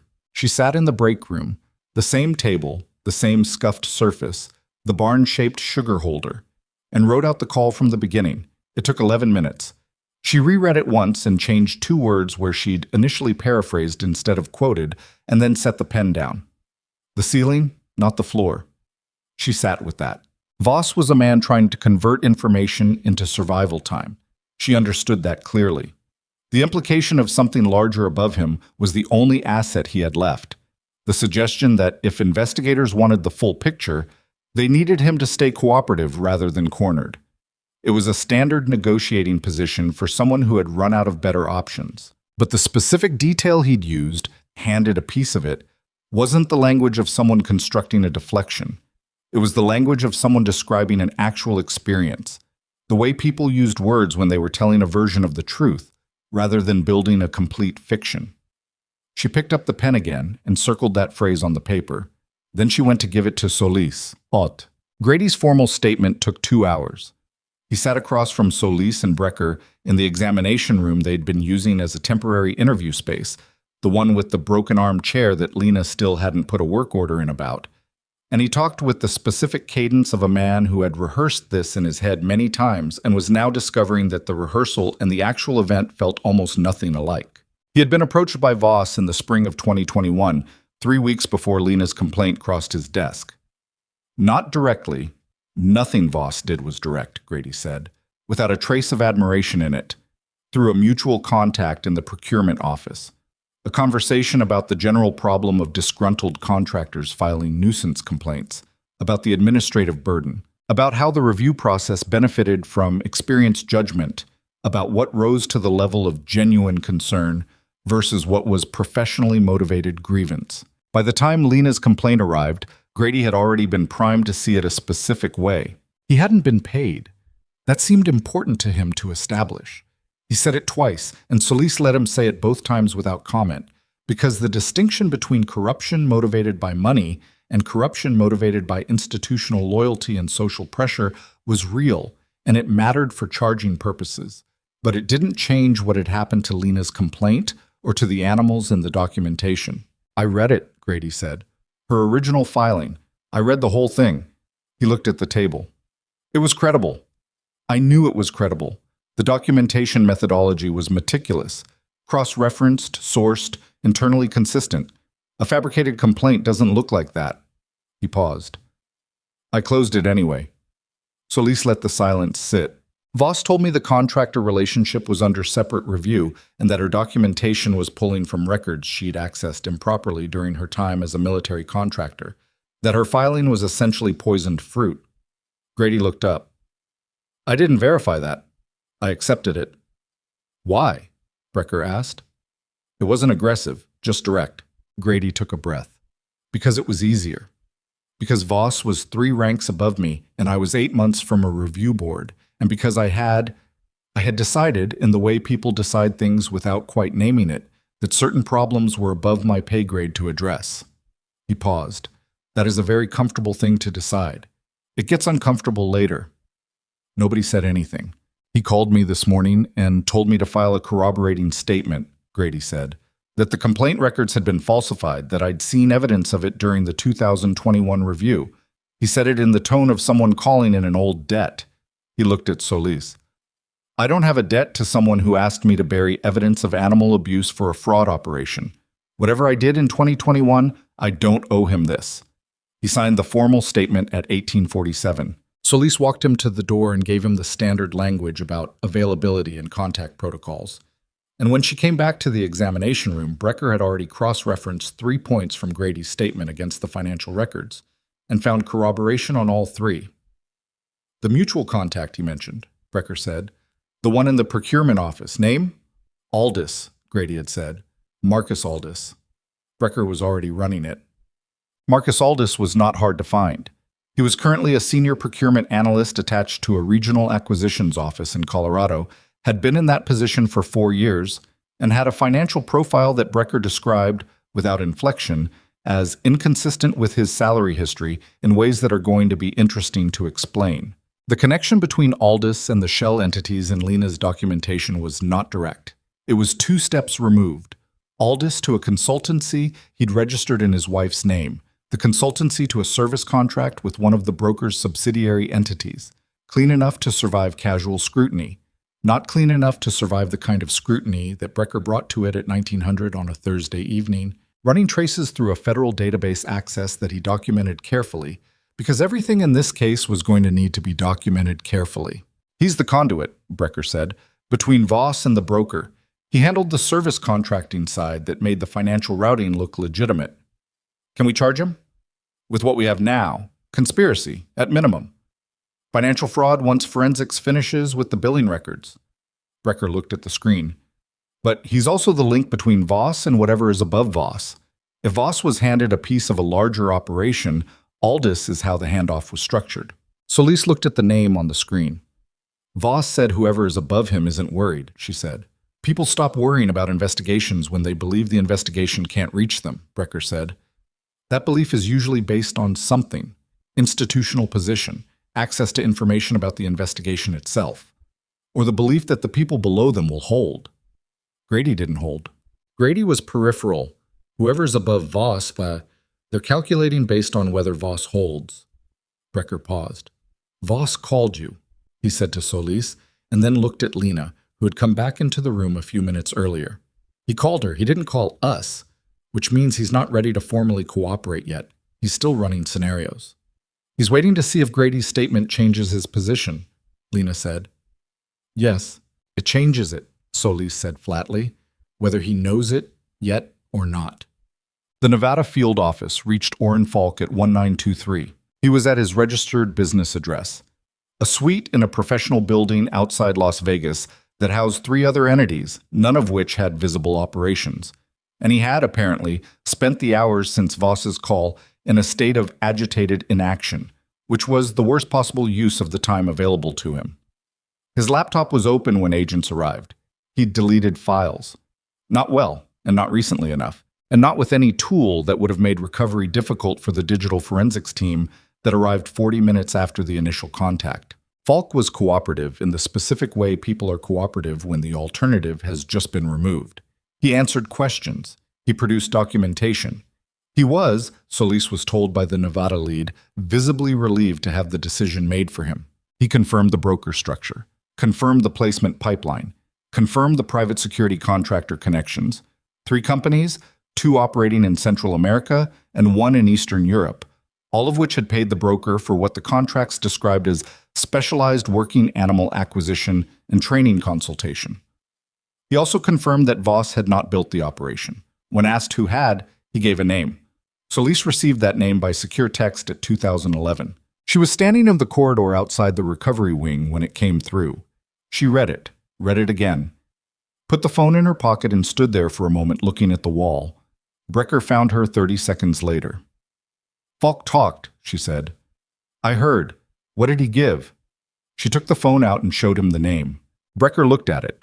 His expression, which had been operating at its standard professional neutral all day, shifted by a small but measurable amount. That's a sitting brigadier general, he said. Yes. With a current appointment to the Regional Logistics Command Oversight Board. The same board that approved the contractor relationships, Solis said. The same board that would have seen Vanek Veterinary Assessment Group's contracts come through for approval. She put the phone away. He didn't just hand Voss a piece of an operation. He structured the regulatory environment that made the operation invisible. Brecker was quiet for a moment. Voss wasn't wrong, he said. This is not a floor-level case. No, Solis said. It's not. She told Lena at 2030, not the name, that was operationally restricted until warrants were filed. But the shape of it. The case extended above Voss, the broker had confirmed a senior-level architect, and the investigation was now going to operate at a level that required a different authorization chain. Lena listened. She was sitting with Wick again, which was where she tended to end up when the day became too large in her head. The dog was doing well enough that he'd stood twice under supervised conditions, weight-bearing on the corrected joint without the compensatory shift that had defined his movement for months. It was a small thing in the context of everything else happening, and it was also not a small thing at all. How long does the higher authorization take? She asked. Longer than tonight, Solis said. This goes to people above me tomorrow morning. The case stays open, the local warrants for Voss remain active, everything we have continues to build. But the tier above Voss requires sign-off from people I need to brief in person. And in the meantime? In the meantime, Voss is still somewhere in eastern Montana, Falk is in federal custody in Nevada, Grady has given his statement, and your documentation, the original authenticated documentation, is on a federal server with forensic confirmation of its integrity. Solis looked at her. You're not exposed. The case is solid. I know, Lena said. She looked at Wick. I'm not worried about my exposure. She wasn't. What she was, and she identified it precisely in the way she identified most things, was tired. The sustained vigilance kind of tired that wasn't about one day, but about the accumulated weight of 4 years of maintaining a position that nobody wanted to validate. The case being solid was real. The case going to people above Solis was real. All of it was real. And she was sitting in a recovery wing at 9:30 at night, 4 years after a complaint was buried in 11 days, watching a dog learn to stand correctly, and what she felt was the specific exhaustion of having been right for a very long time without anyone believing it. Wick shifted and put his nose toward her hand.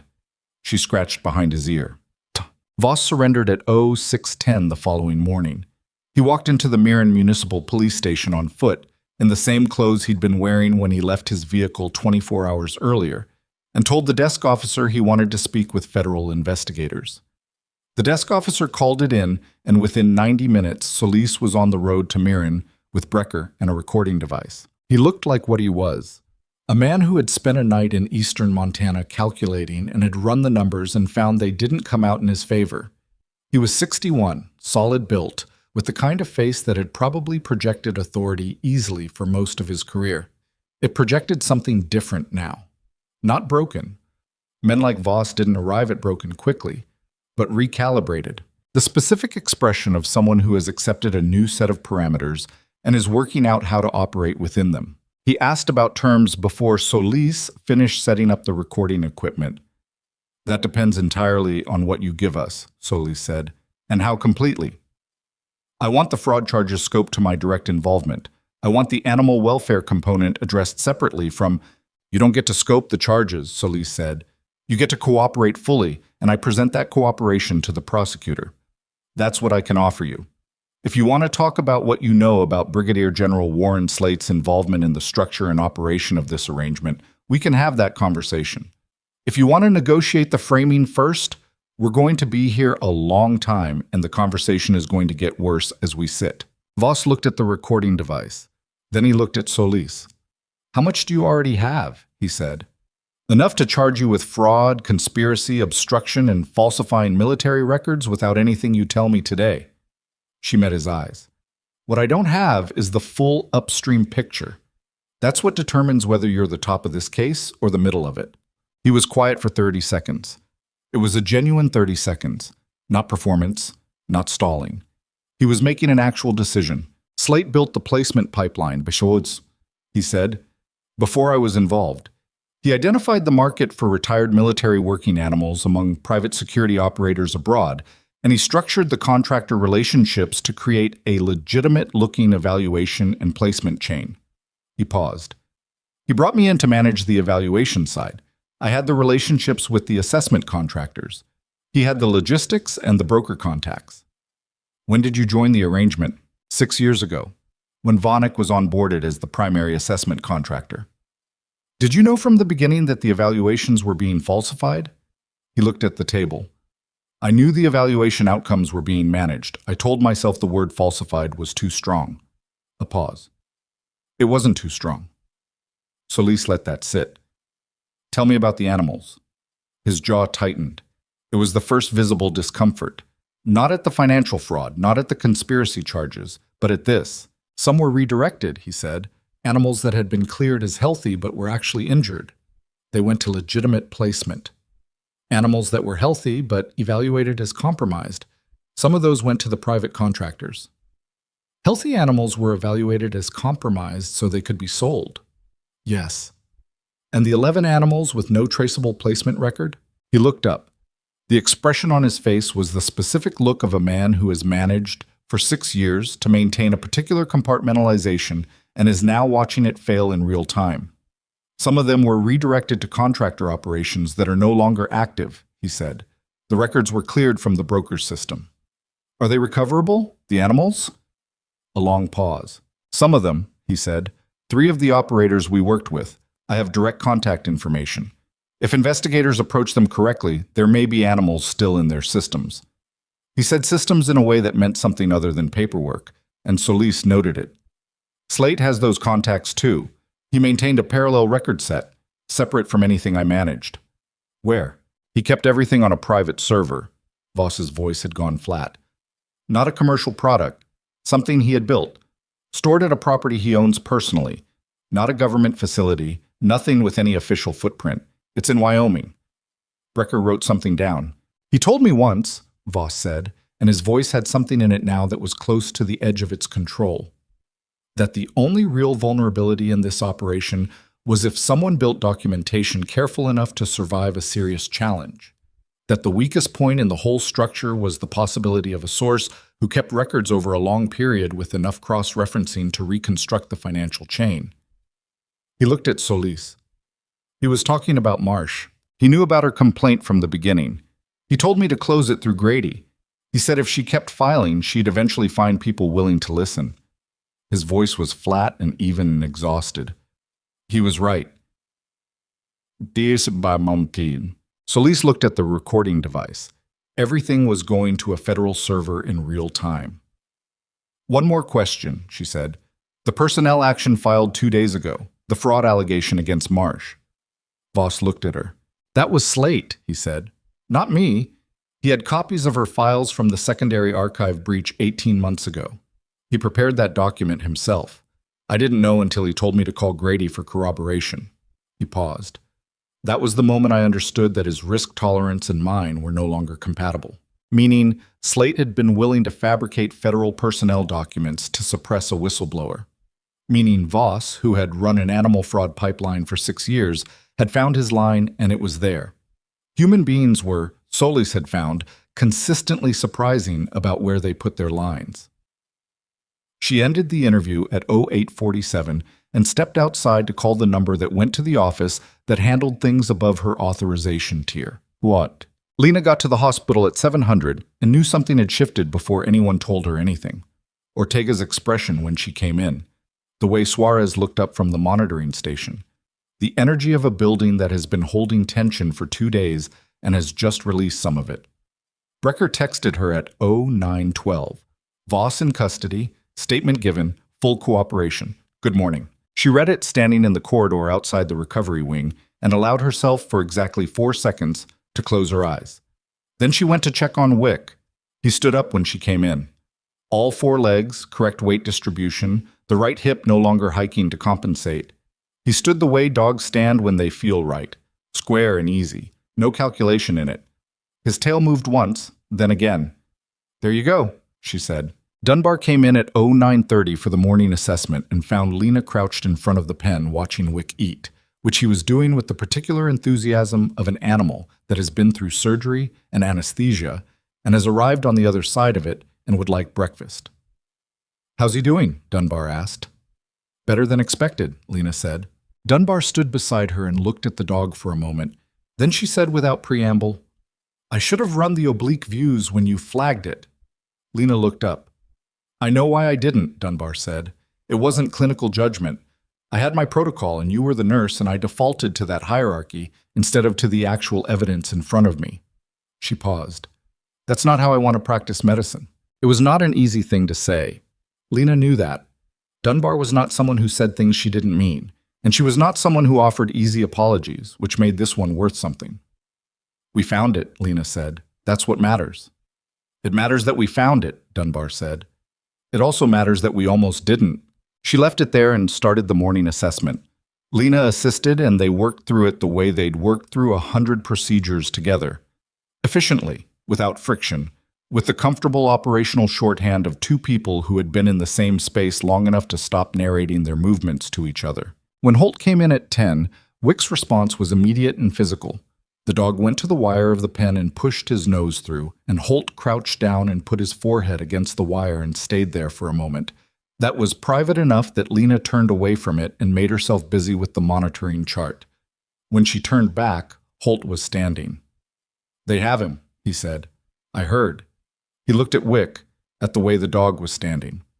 How long until he can walk outside? Another 3 days minimum before we test weight-bearing on uneven ground. A week before anything extended. She paused. He's going to need a rehabilitation program. Controlled exercise, graduated loading. It's several months of careful work. I have time, Holt said. She believed him. At 1340, Solis came to find her with the kind of expression that meant another layer had turned over. Slate, she said, we executed a search warrant on the Wyoming property. Lena waited. We found the private server. Solis looked at her steadily.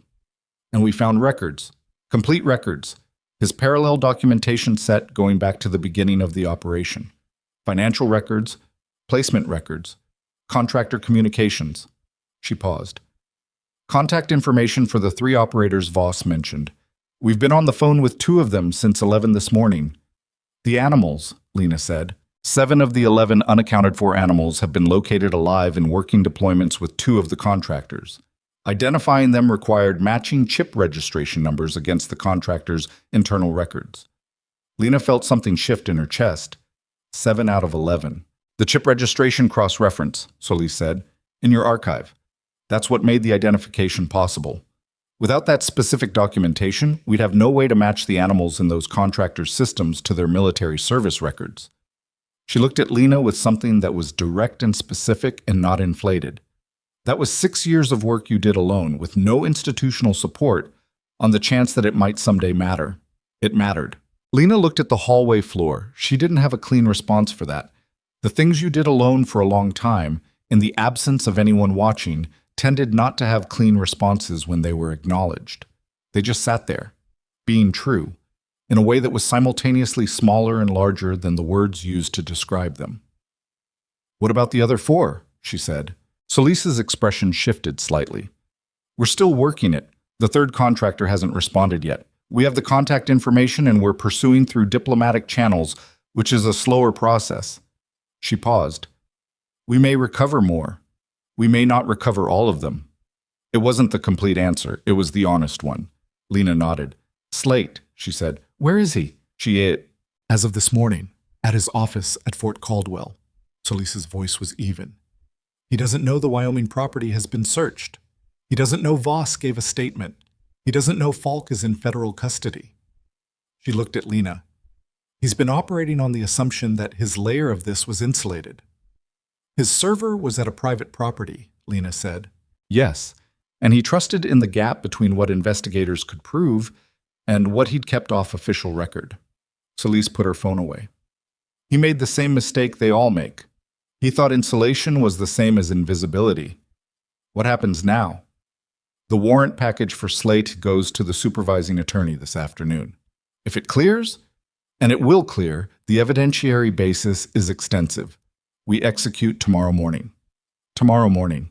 Lena stood in the corridor of Harlow Peak Veterinary Medical Center 4 years and 2 days after a complaint she'd filed with meticulous care had been closed in 11 days by a man following instructions from a chain of authority that had counted on her giving up. And she thought about the thing Voss had said in the Mirren interview room.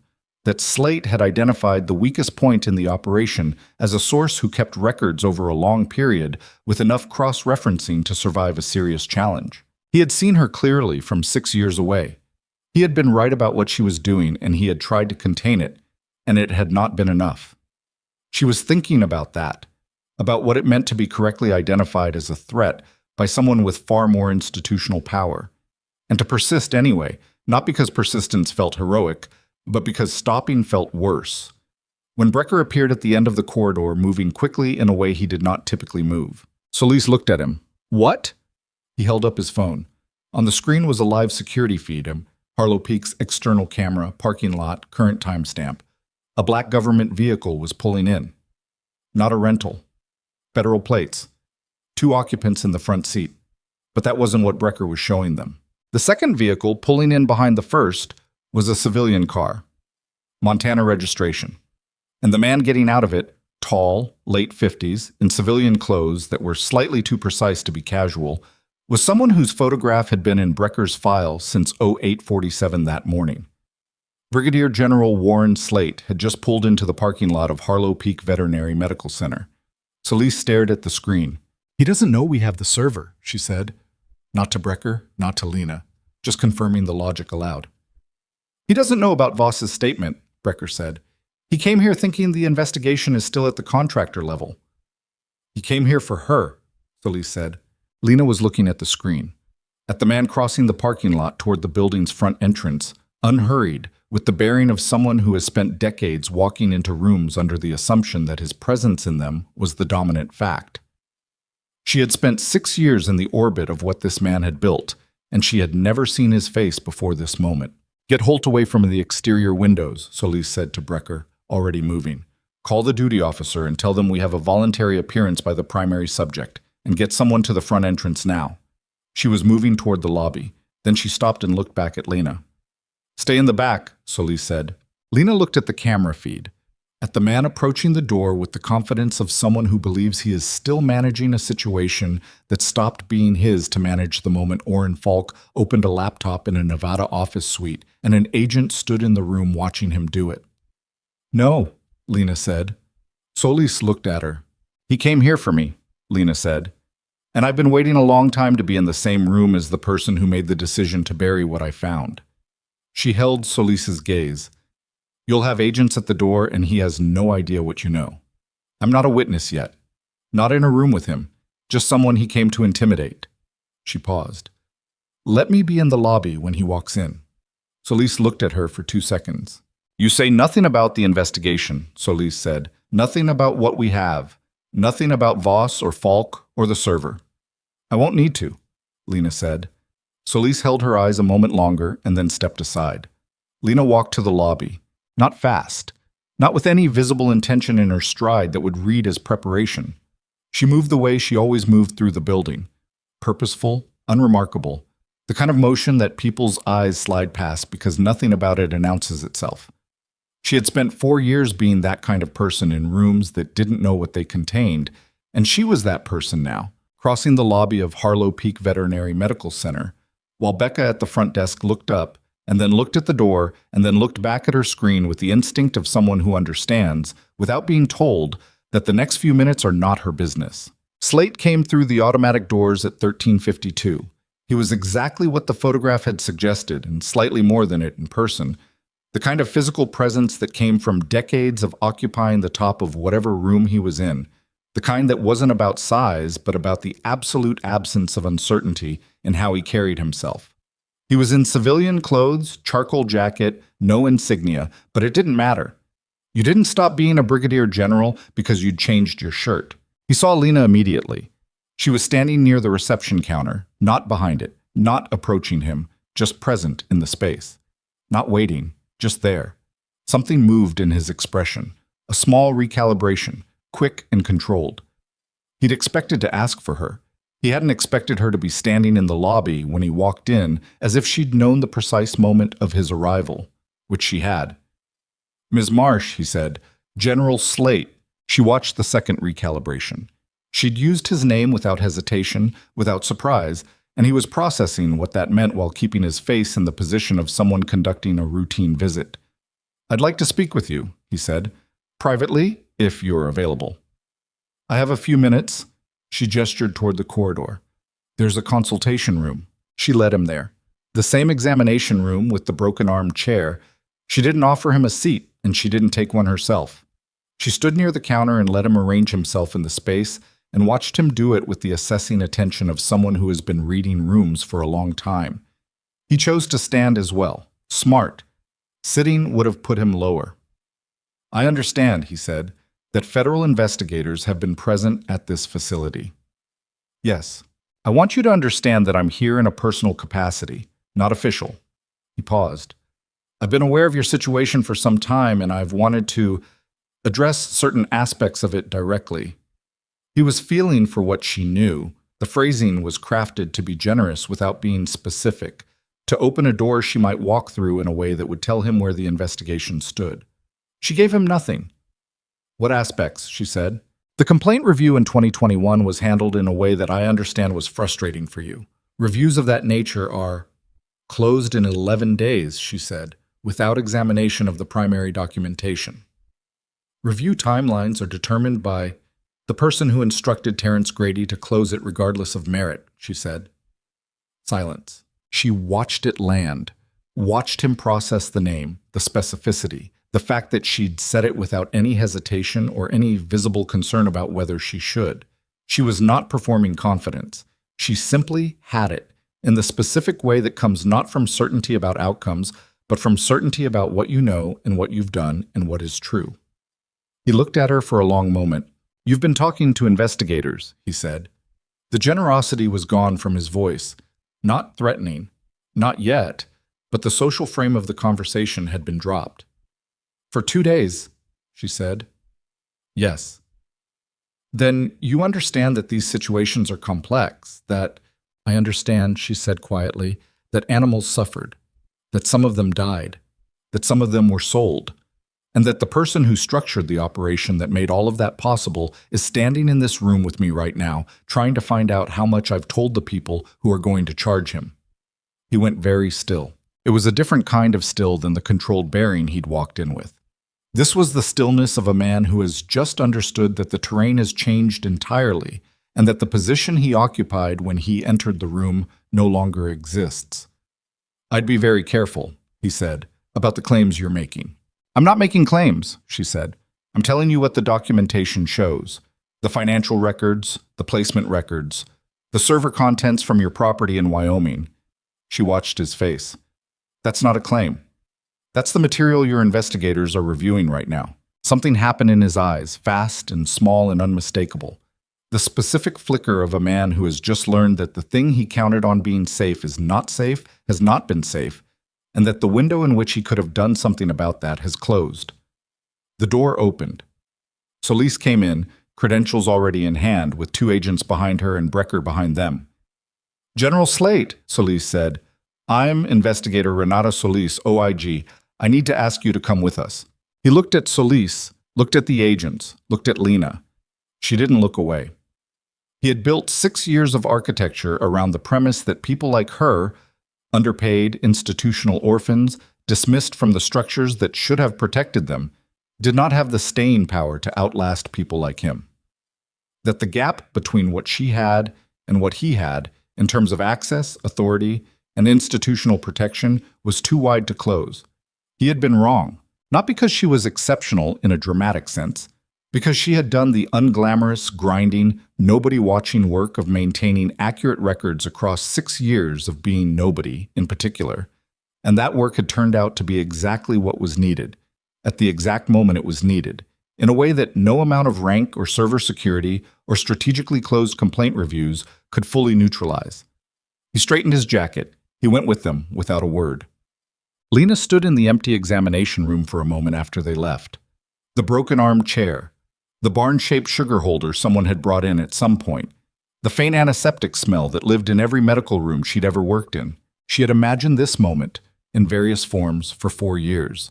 She had not imagined it feeling like this, not triumphant, not particularly resolved, but quieter than she'd expected, like the last note of something that had been playing for a long time, finally reaching its natural end rather than being cut short.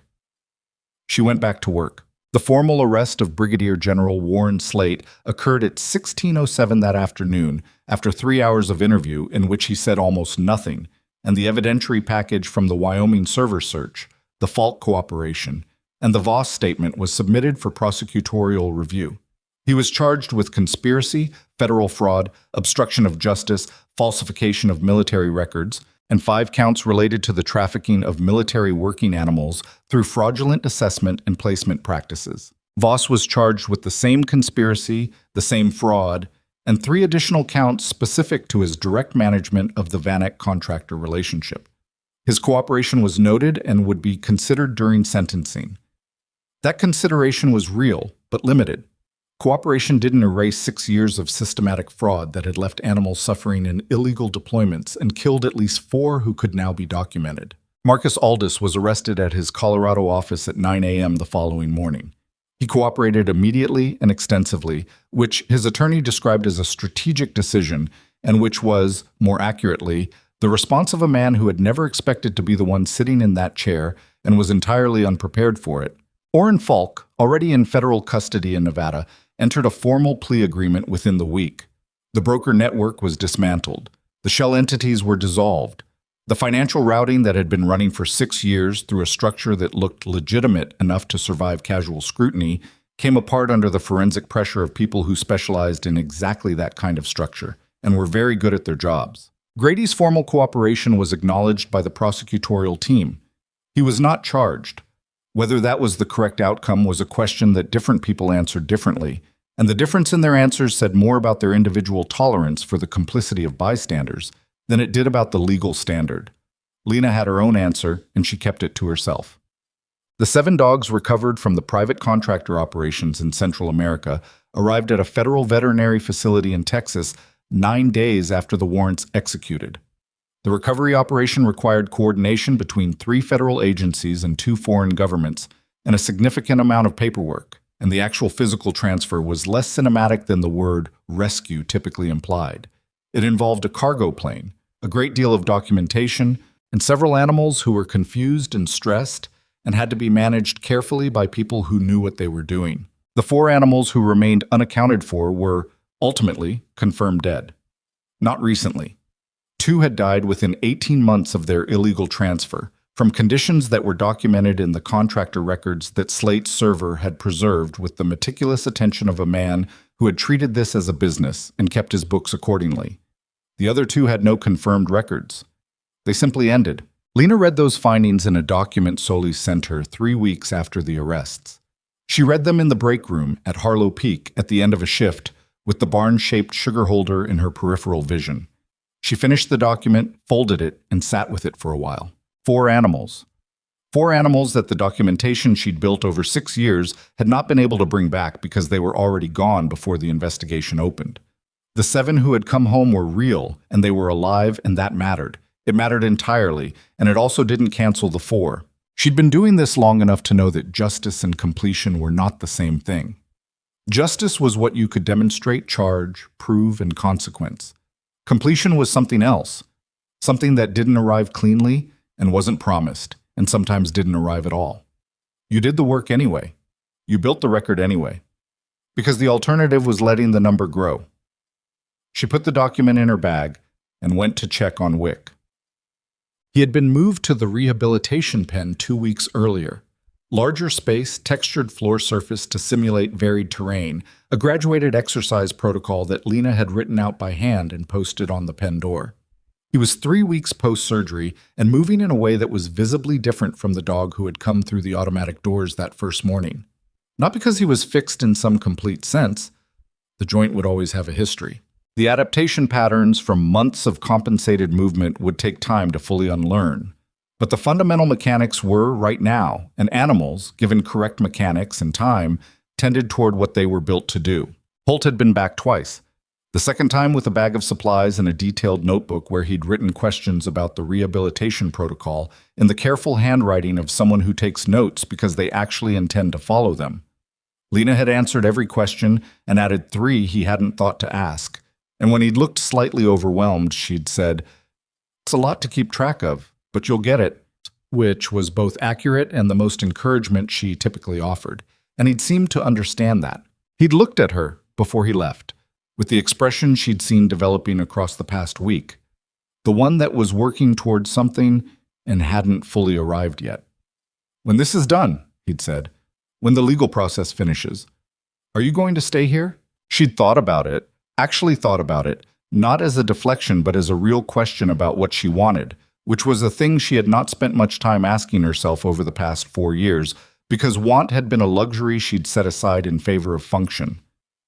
"I think so," she said. "Yeah." He'd nodded. "Okay," he said, which contained more than it said, and she'd let it contain it. Mom. The formal review of Lena's 2021 whistleblower complaint was completed 41 days after the arrests. The finding was unambiguous. The complaint had been valid, credibly documented, and improperly closed without substantive review at the direction of a superior officer who had a financial interest in its suppression. The performance actions that followed, the fabricated reviews, the pressure toward separation, were found to have been retaliatory actions taken in direct response to the complaint filing in violation of federal whistleblower protection statutes. She received the finding in a letter. Formal language, bureaucratic architecture, 4 pages to say what could have been said in 2 sentences. She read it at the kitchen table in her apartment at 6:30 in the morning before her shift, with coffee that was actually good because she'd finally bought a proper grinder. And what she felt reading it was not the exhilaration she might have predicted 4 years ago, but something quieter. Acknowledgement. The institution had looked at what it had done to her and called it what it was, not with the emotional vocabulary she would have used, not with any vocabulary that felt human, because institutions communicated in formal findings and statutory citations in the passive voice, but clearly and on the record and permanently. She folded the letter and put it on the counter. Then she finished her coffee and drove to work. Dunbar called her into the office at 09:30. It was the director's office, actually, a room Lena had been in twice in 2 years, neither time for anything that worked out in her favor. She noticed that, walking in. Old reflex. Dunbar was sitting at the desk, and the director, a methodical man named Parrish, who managed the facility with the low-drama competence of someone who genuinely liked operational problems and found people somewhat more complicated, was standing near the window. "Sit down," Dunbar said. Lena sat. "The board reviewed your case this week," Parrish said.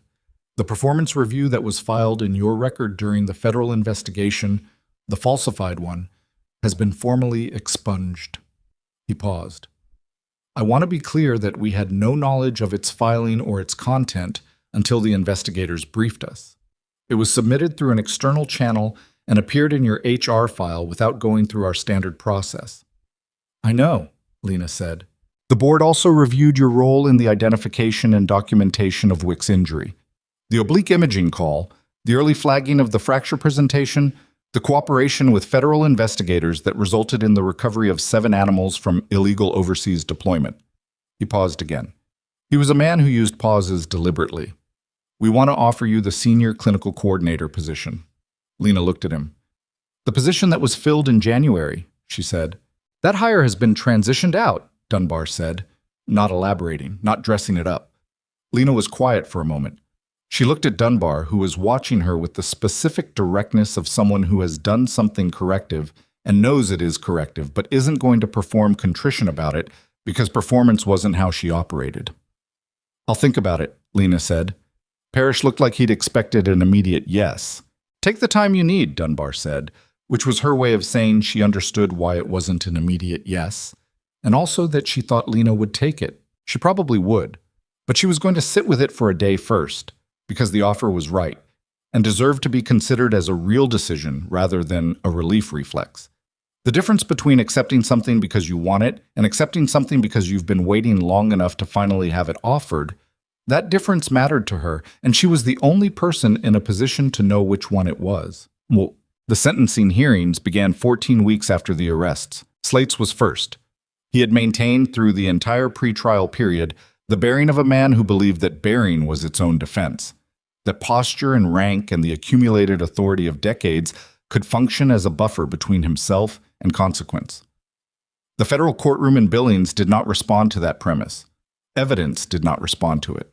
The prosecutorial team, which had spent 14 weeks building the case from the server contents and the Falk cooperation and the Voss testimony and Lena's archive and Grady's statement, had produced something that responded to nothing except what it demonstrated. He was convicted on all counts. The sentencing was 18 years.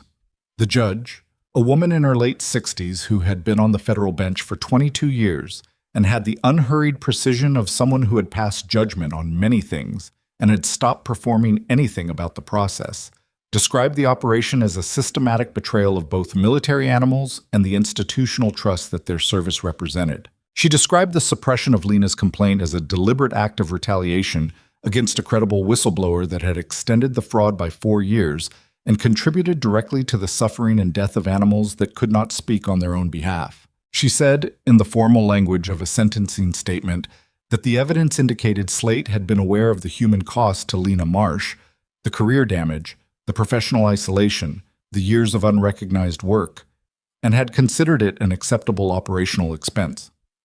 The court does not find it acceptable, she said. Voss received 11 years, reflecting his cooperation and his position in the hierarchy. Aldis received 7, Falk received 9, the additional 2 years above Aldis reflecting his direct management of the placement pipeline. The contractor operators abroad were subject to proceedings in their respective jurisdictions. The outcomes varied, but the identification of their operations through Slate's server records had created an evidentiary basis for proceedings that wouldn't otherwise have existed. Vanek Veterinary Assessment Group was dissolved. Its assets were seized. Every military working dog retirement evaluation conducted through the company over the 6-year operational period was ordered to be independently reviewed. That review would take time. It would be imperfect and incomplete in the ways that institutional reviews always were. It would find things it should find and miss things it should catch, and proceed at the pace of bureaucratic process, which was not the pace of urgency.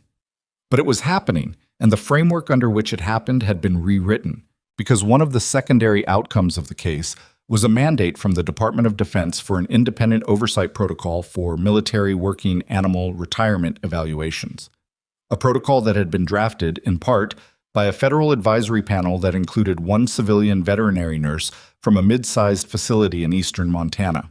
Lena had said yes to the advisory role before she said yes to the senior coordinator position. The day the sentencing was announced, Holt brought Wick back to Harlow Peak for a follow-up assessment. It was a formality at that point. The dog was moving well, better than well, by any clinical measure. The rehabilitation protocol had worked the way a good rehabilitation protocol worked when the underlying surgical correction was accurate and the handler was disciplined about following it, which Holt was. The joint was stable. The gait was correct. The secondary muscle compensation patterns that had developed over months of pain-adapted movement had largely resolved. Lena ran through the assessment with Suarez and recorded the findings, and there was nothing in the chart that required anything other than a scheduled 6-month check.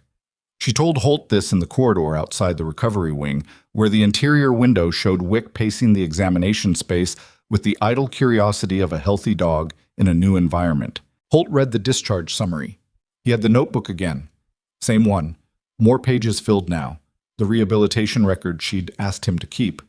He ran yesterday, Holt said. How far? About half a mile. Nothing organized, just he wanted to go. He looked at the window. I hadn't seen him run since I got him. Lena looked at Wick through the window, at the way he moved, easy and square, with the specific physical confidence of an animal that has been in pain long enough to have forgotten what the absence of it felt like, and has now been reminded. He's going to be okay, she said. Yeah. Holt was quiet for a moment. I know you know this, but if you hadn't flagged the imaging that first day, if you just followed the protocol Dunbar set. Don't, she said, not unkindly. I know what you're saying, she said, and I hear it, but I need you to understand that what I did wasn't remarkable. It was just paying attention. She looked at him. The remarkable part was that nobody expected me to. He was quiet. He was the kind of man who heard things correctly when they were said directly. Not always immediately, but correctly, which was worth more in the long run. What do you do with that? He said. 4 years of nobody expecting you to. She looked at Wick. You keep paying attention anyway, she said. You build the record anyway. You stay in the room anyway. She paused. You don't do it because you're sure it's going to matter. You do it because you're sure it should. There was a moment 3 weeks later that Lena would return to sometimes when she needed to locate something.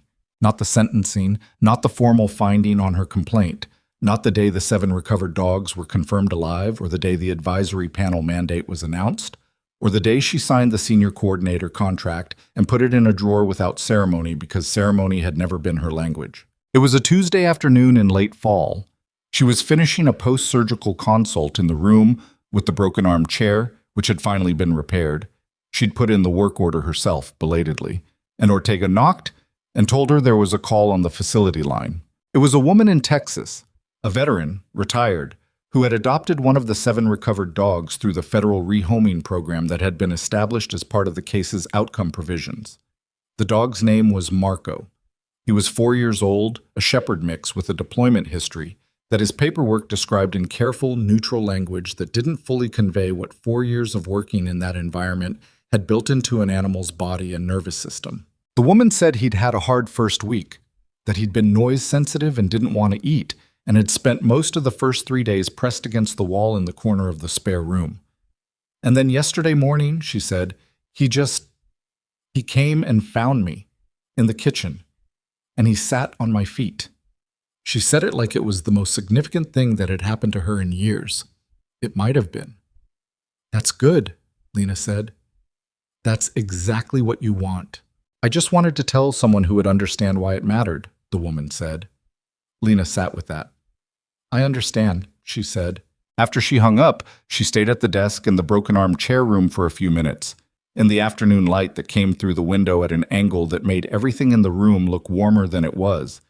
And she thought about Marco sitting on someone's feet in a kitchen in Texas after a hard first week, and about 6 years of documentation, and about an 11-day complaint closure, and about a dog who had walked into a lobby in a state of distress and chosen someone that nobody in that room had thought to look at. She thought about all the rooms she'd been invisible in, all the assessments she'd flagged that had been set aside, all the times the person running the meeting had looked through her to the next face in the room, all the nights she'd maintained the archive in apartments in cities she hadn't loved, building a record for an audience she couldn't be certain would ever exist. She was not a simple person, and it hadn't been a simple thing. She had been difficult to live with during some of those years. She knew that.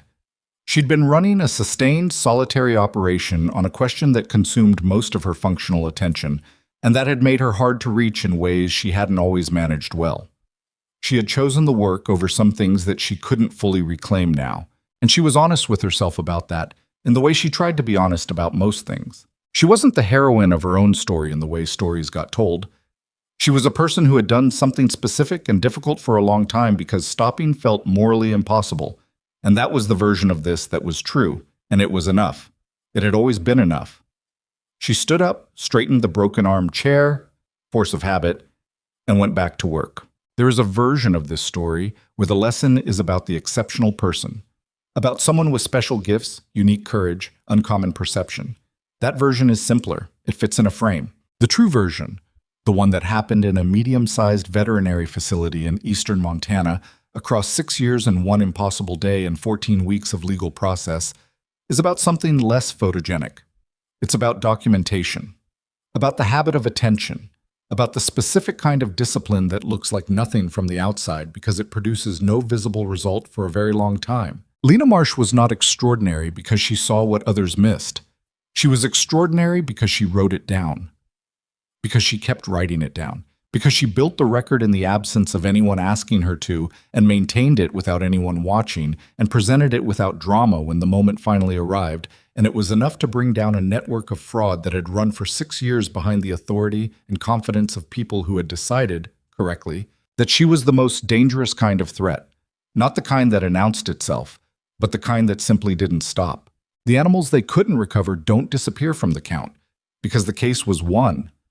The 4 who died before the investigation opened are still part of the record, and Lena would carry that the way she carried most things, not in a way that disabled her, but in a way that informed her, that made the next assessment a little more careful, the next flagged anomaly a little harder to walk past. That's how it works, when it works. Not through resolution that ties everything clean, through the decision, made over and over again in unremarkable rooms by unremarkable people in jobs that nobody is watching, to pay attention anyway. To stay in the room, to build the record, to trust that accurate, patient, unglamorous work done in the dark is not wasted just because nobody is holding a light. Lena Marsh had been in the dark for 6 years. She had kept working. When the light finally came, she didn't need it to find her way. She already knew exactly where she was and what she had built, and it was enough to bring the whole thing down. The quiet ones always know. They're just waiting for everyone else to catch up.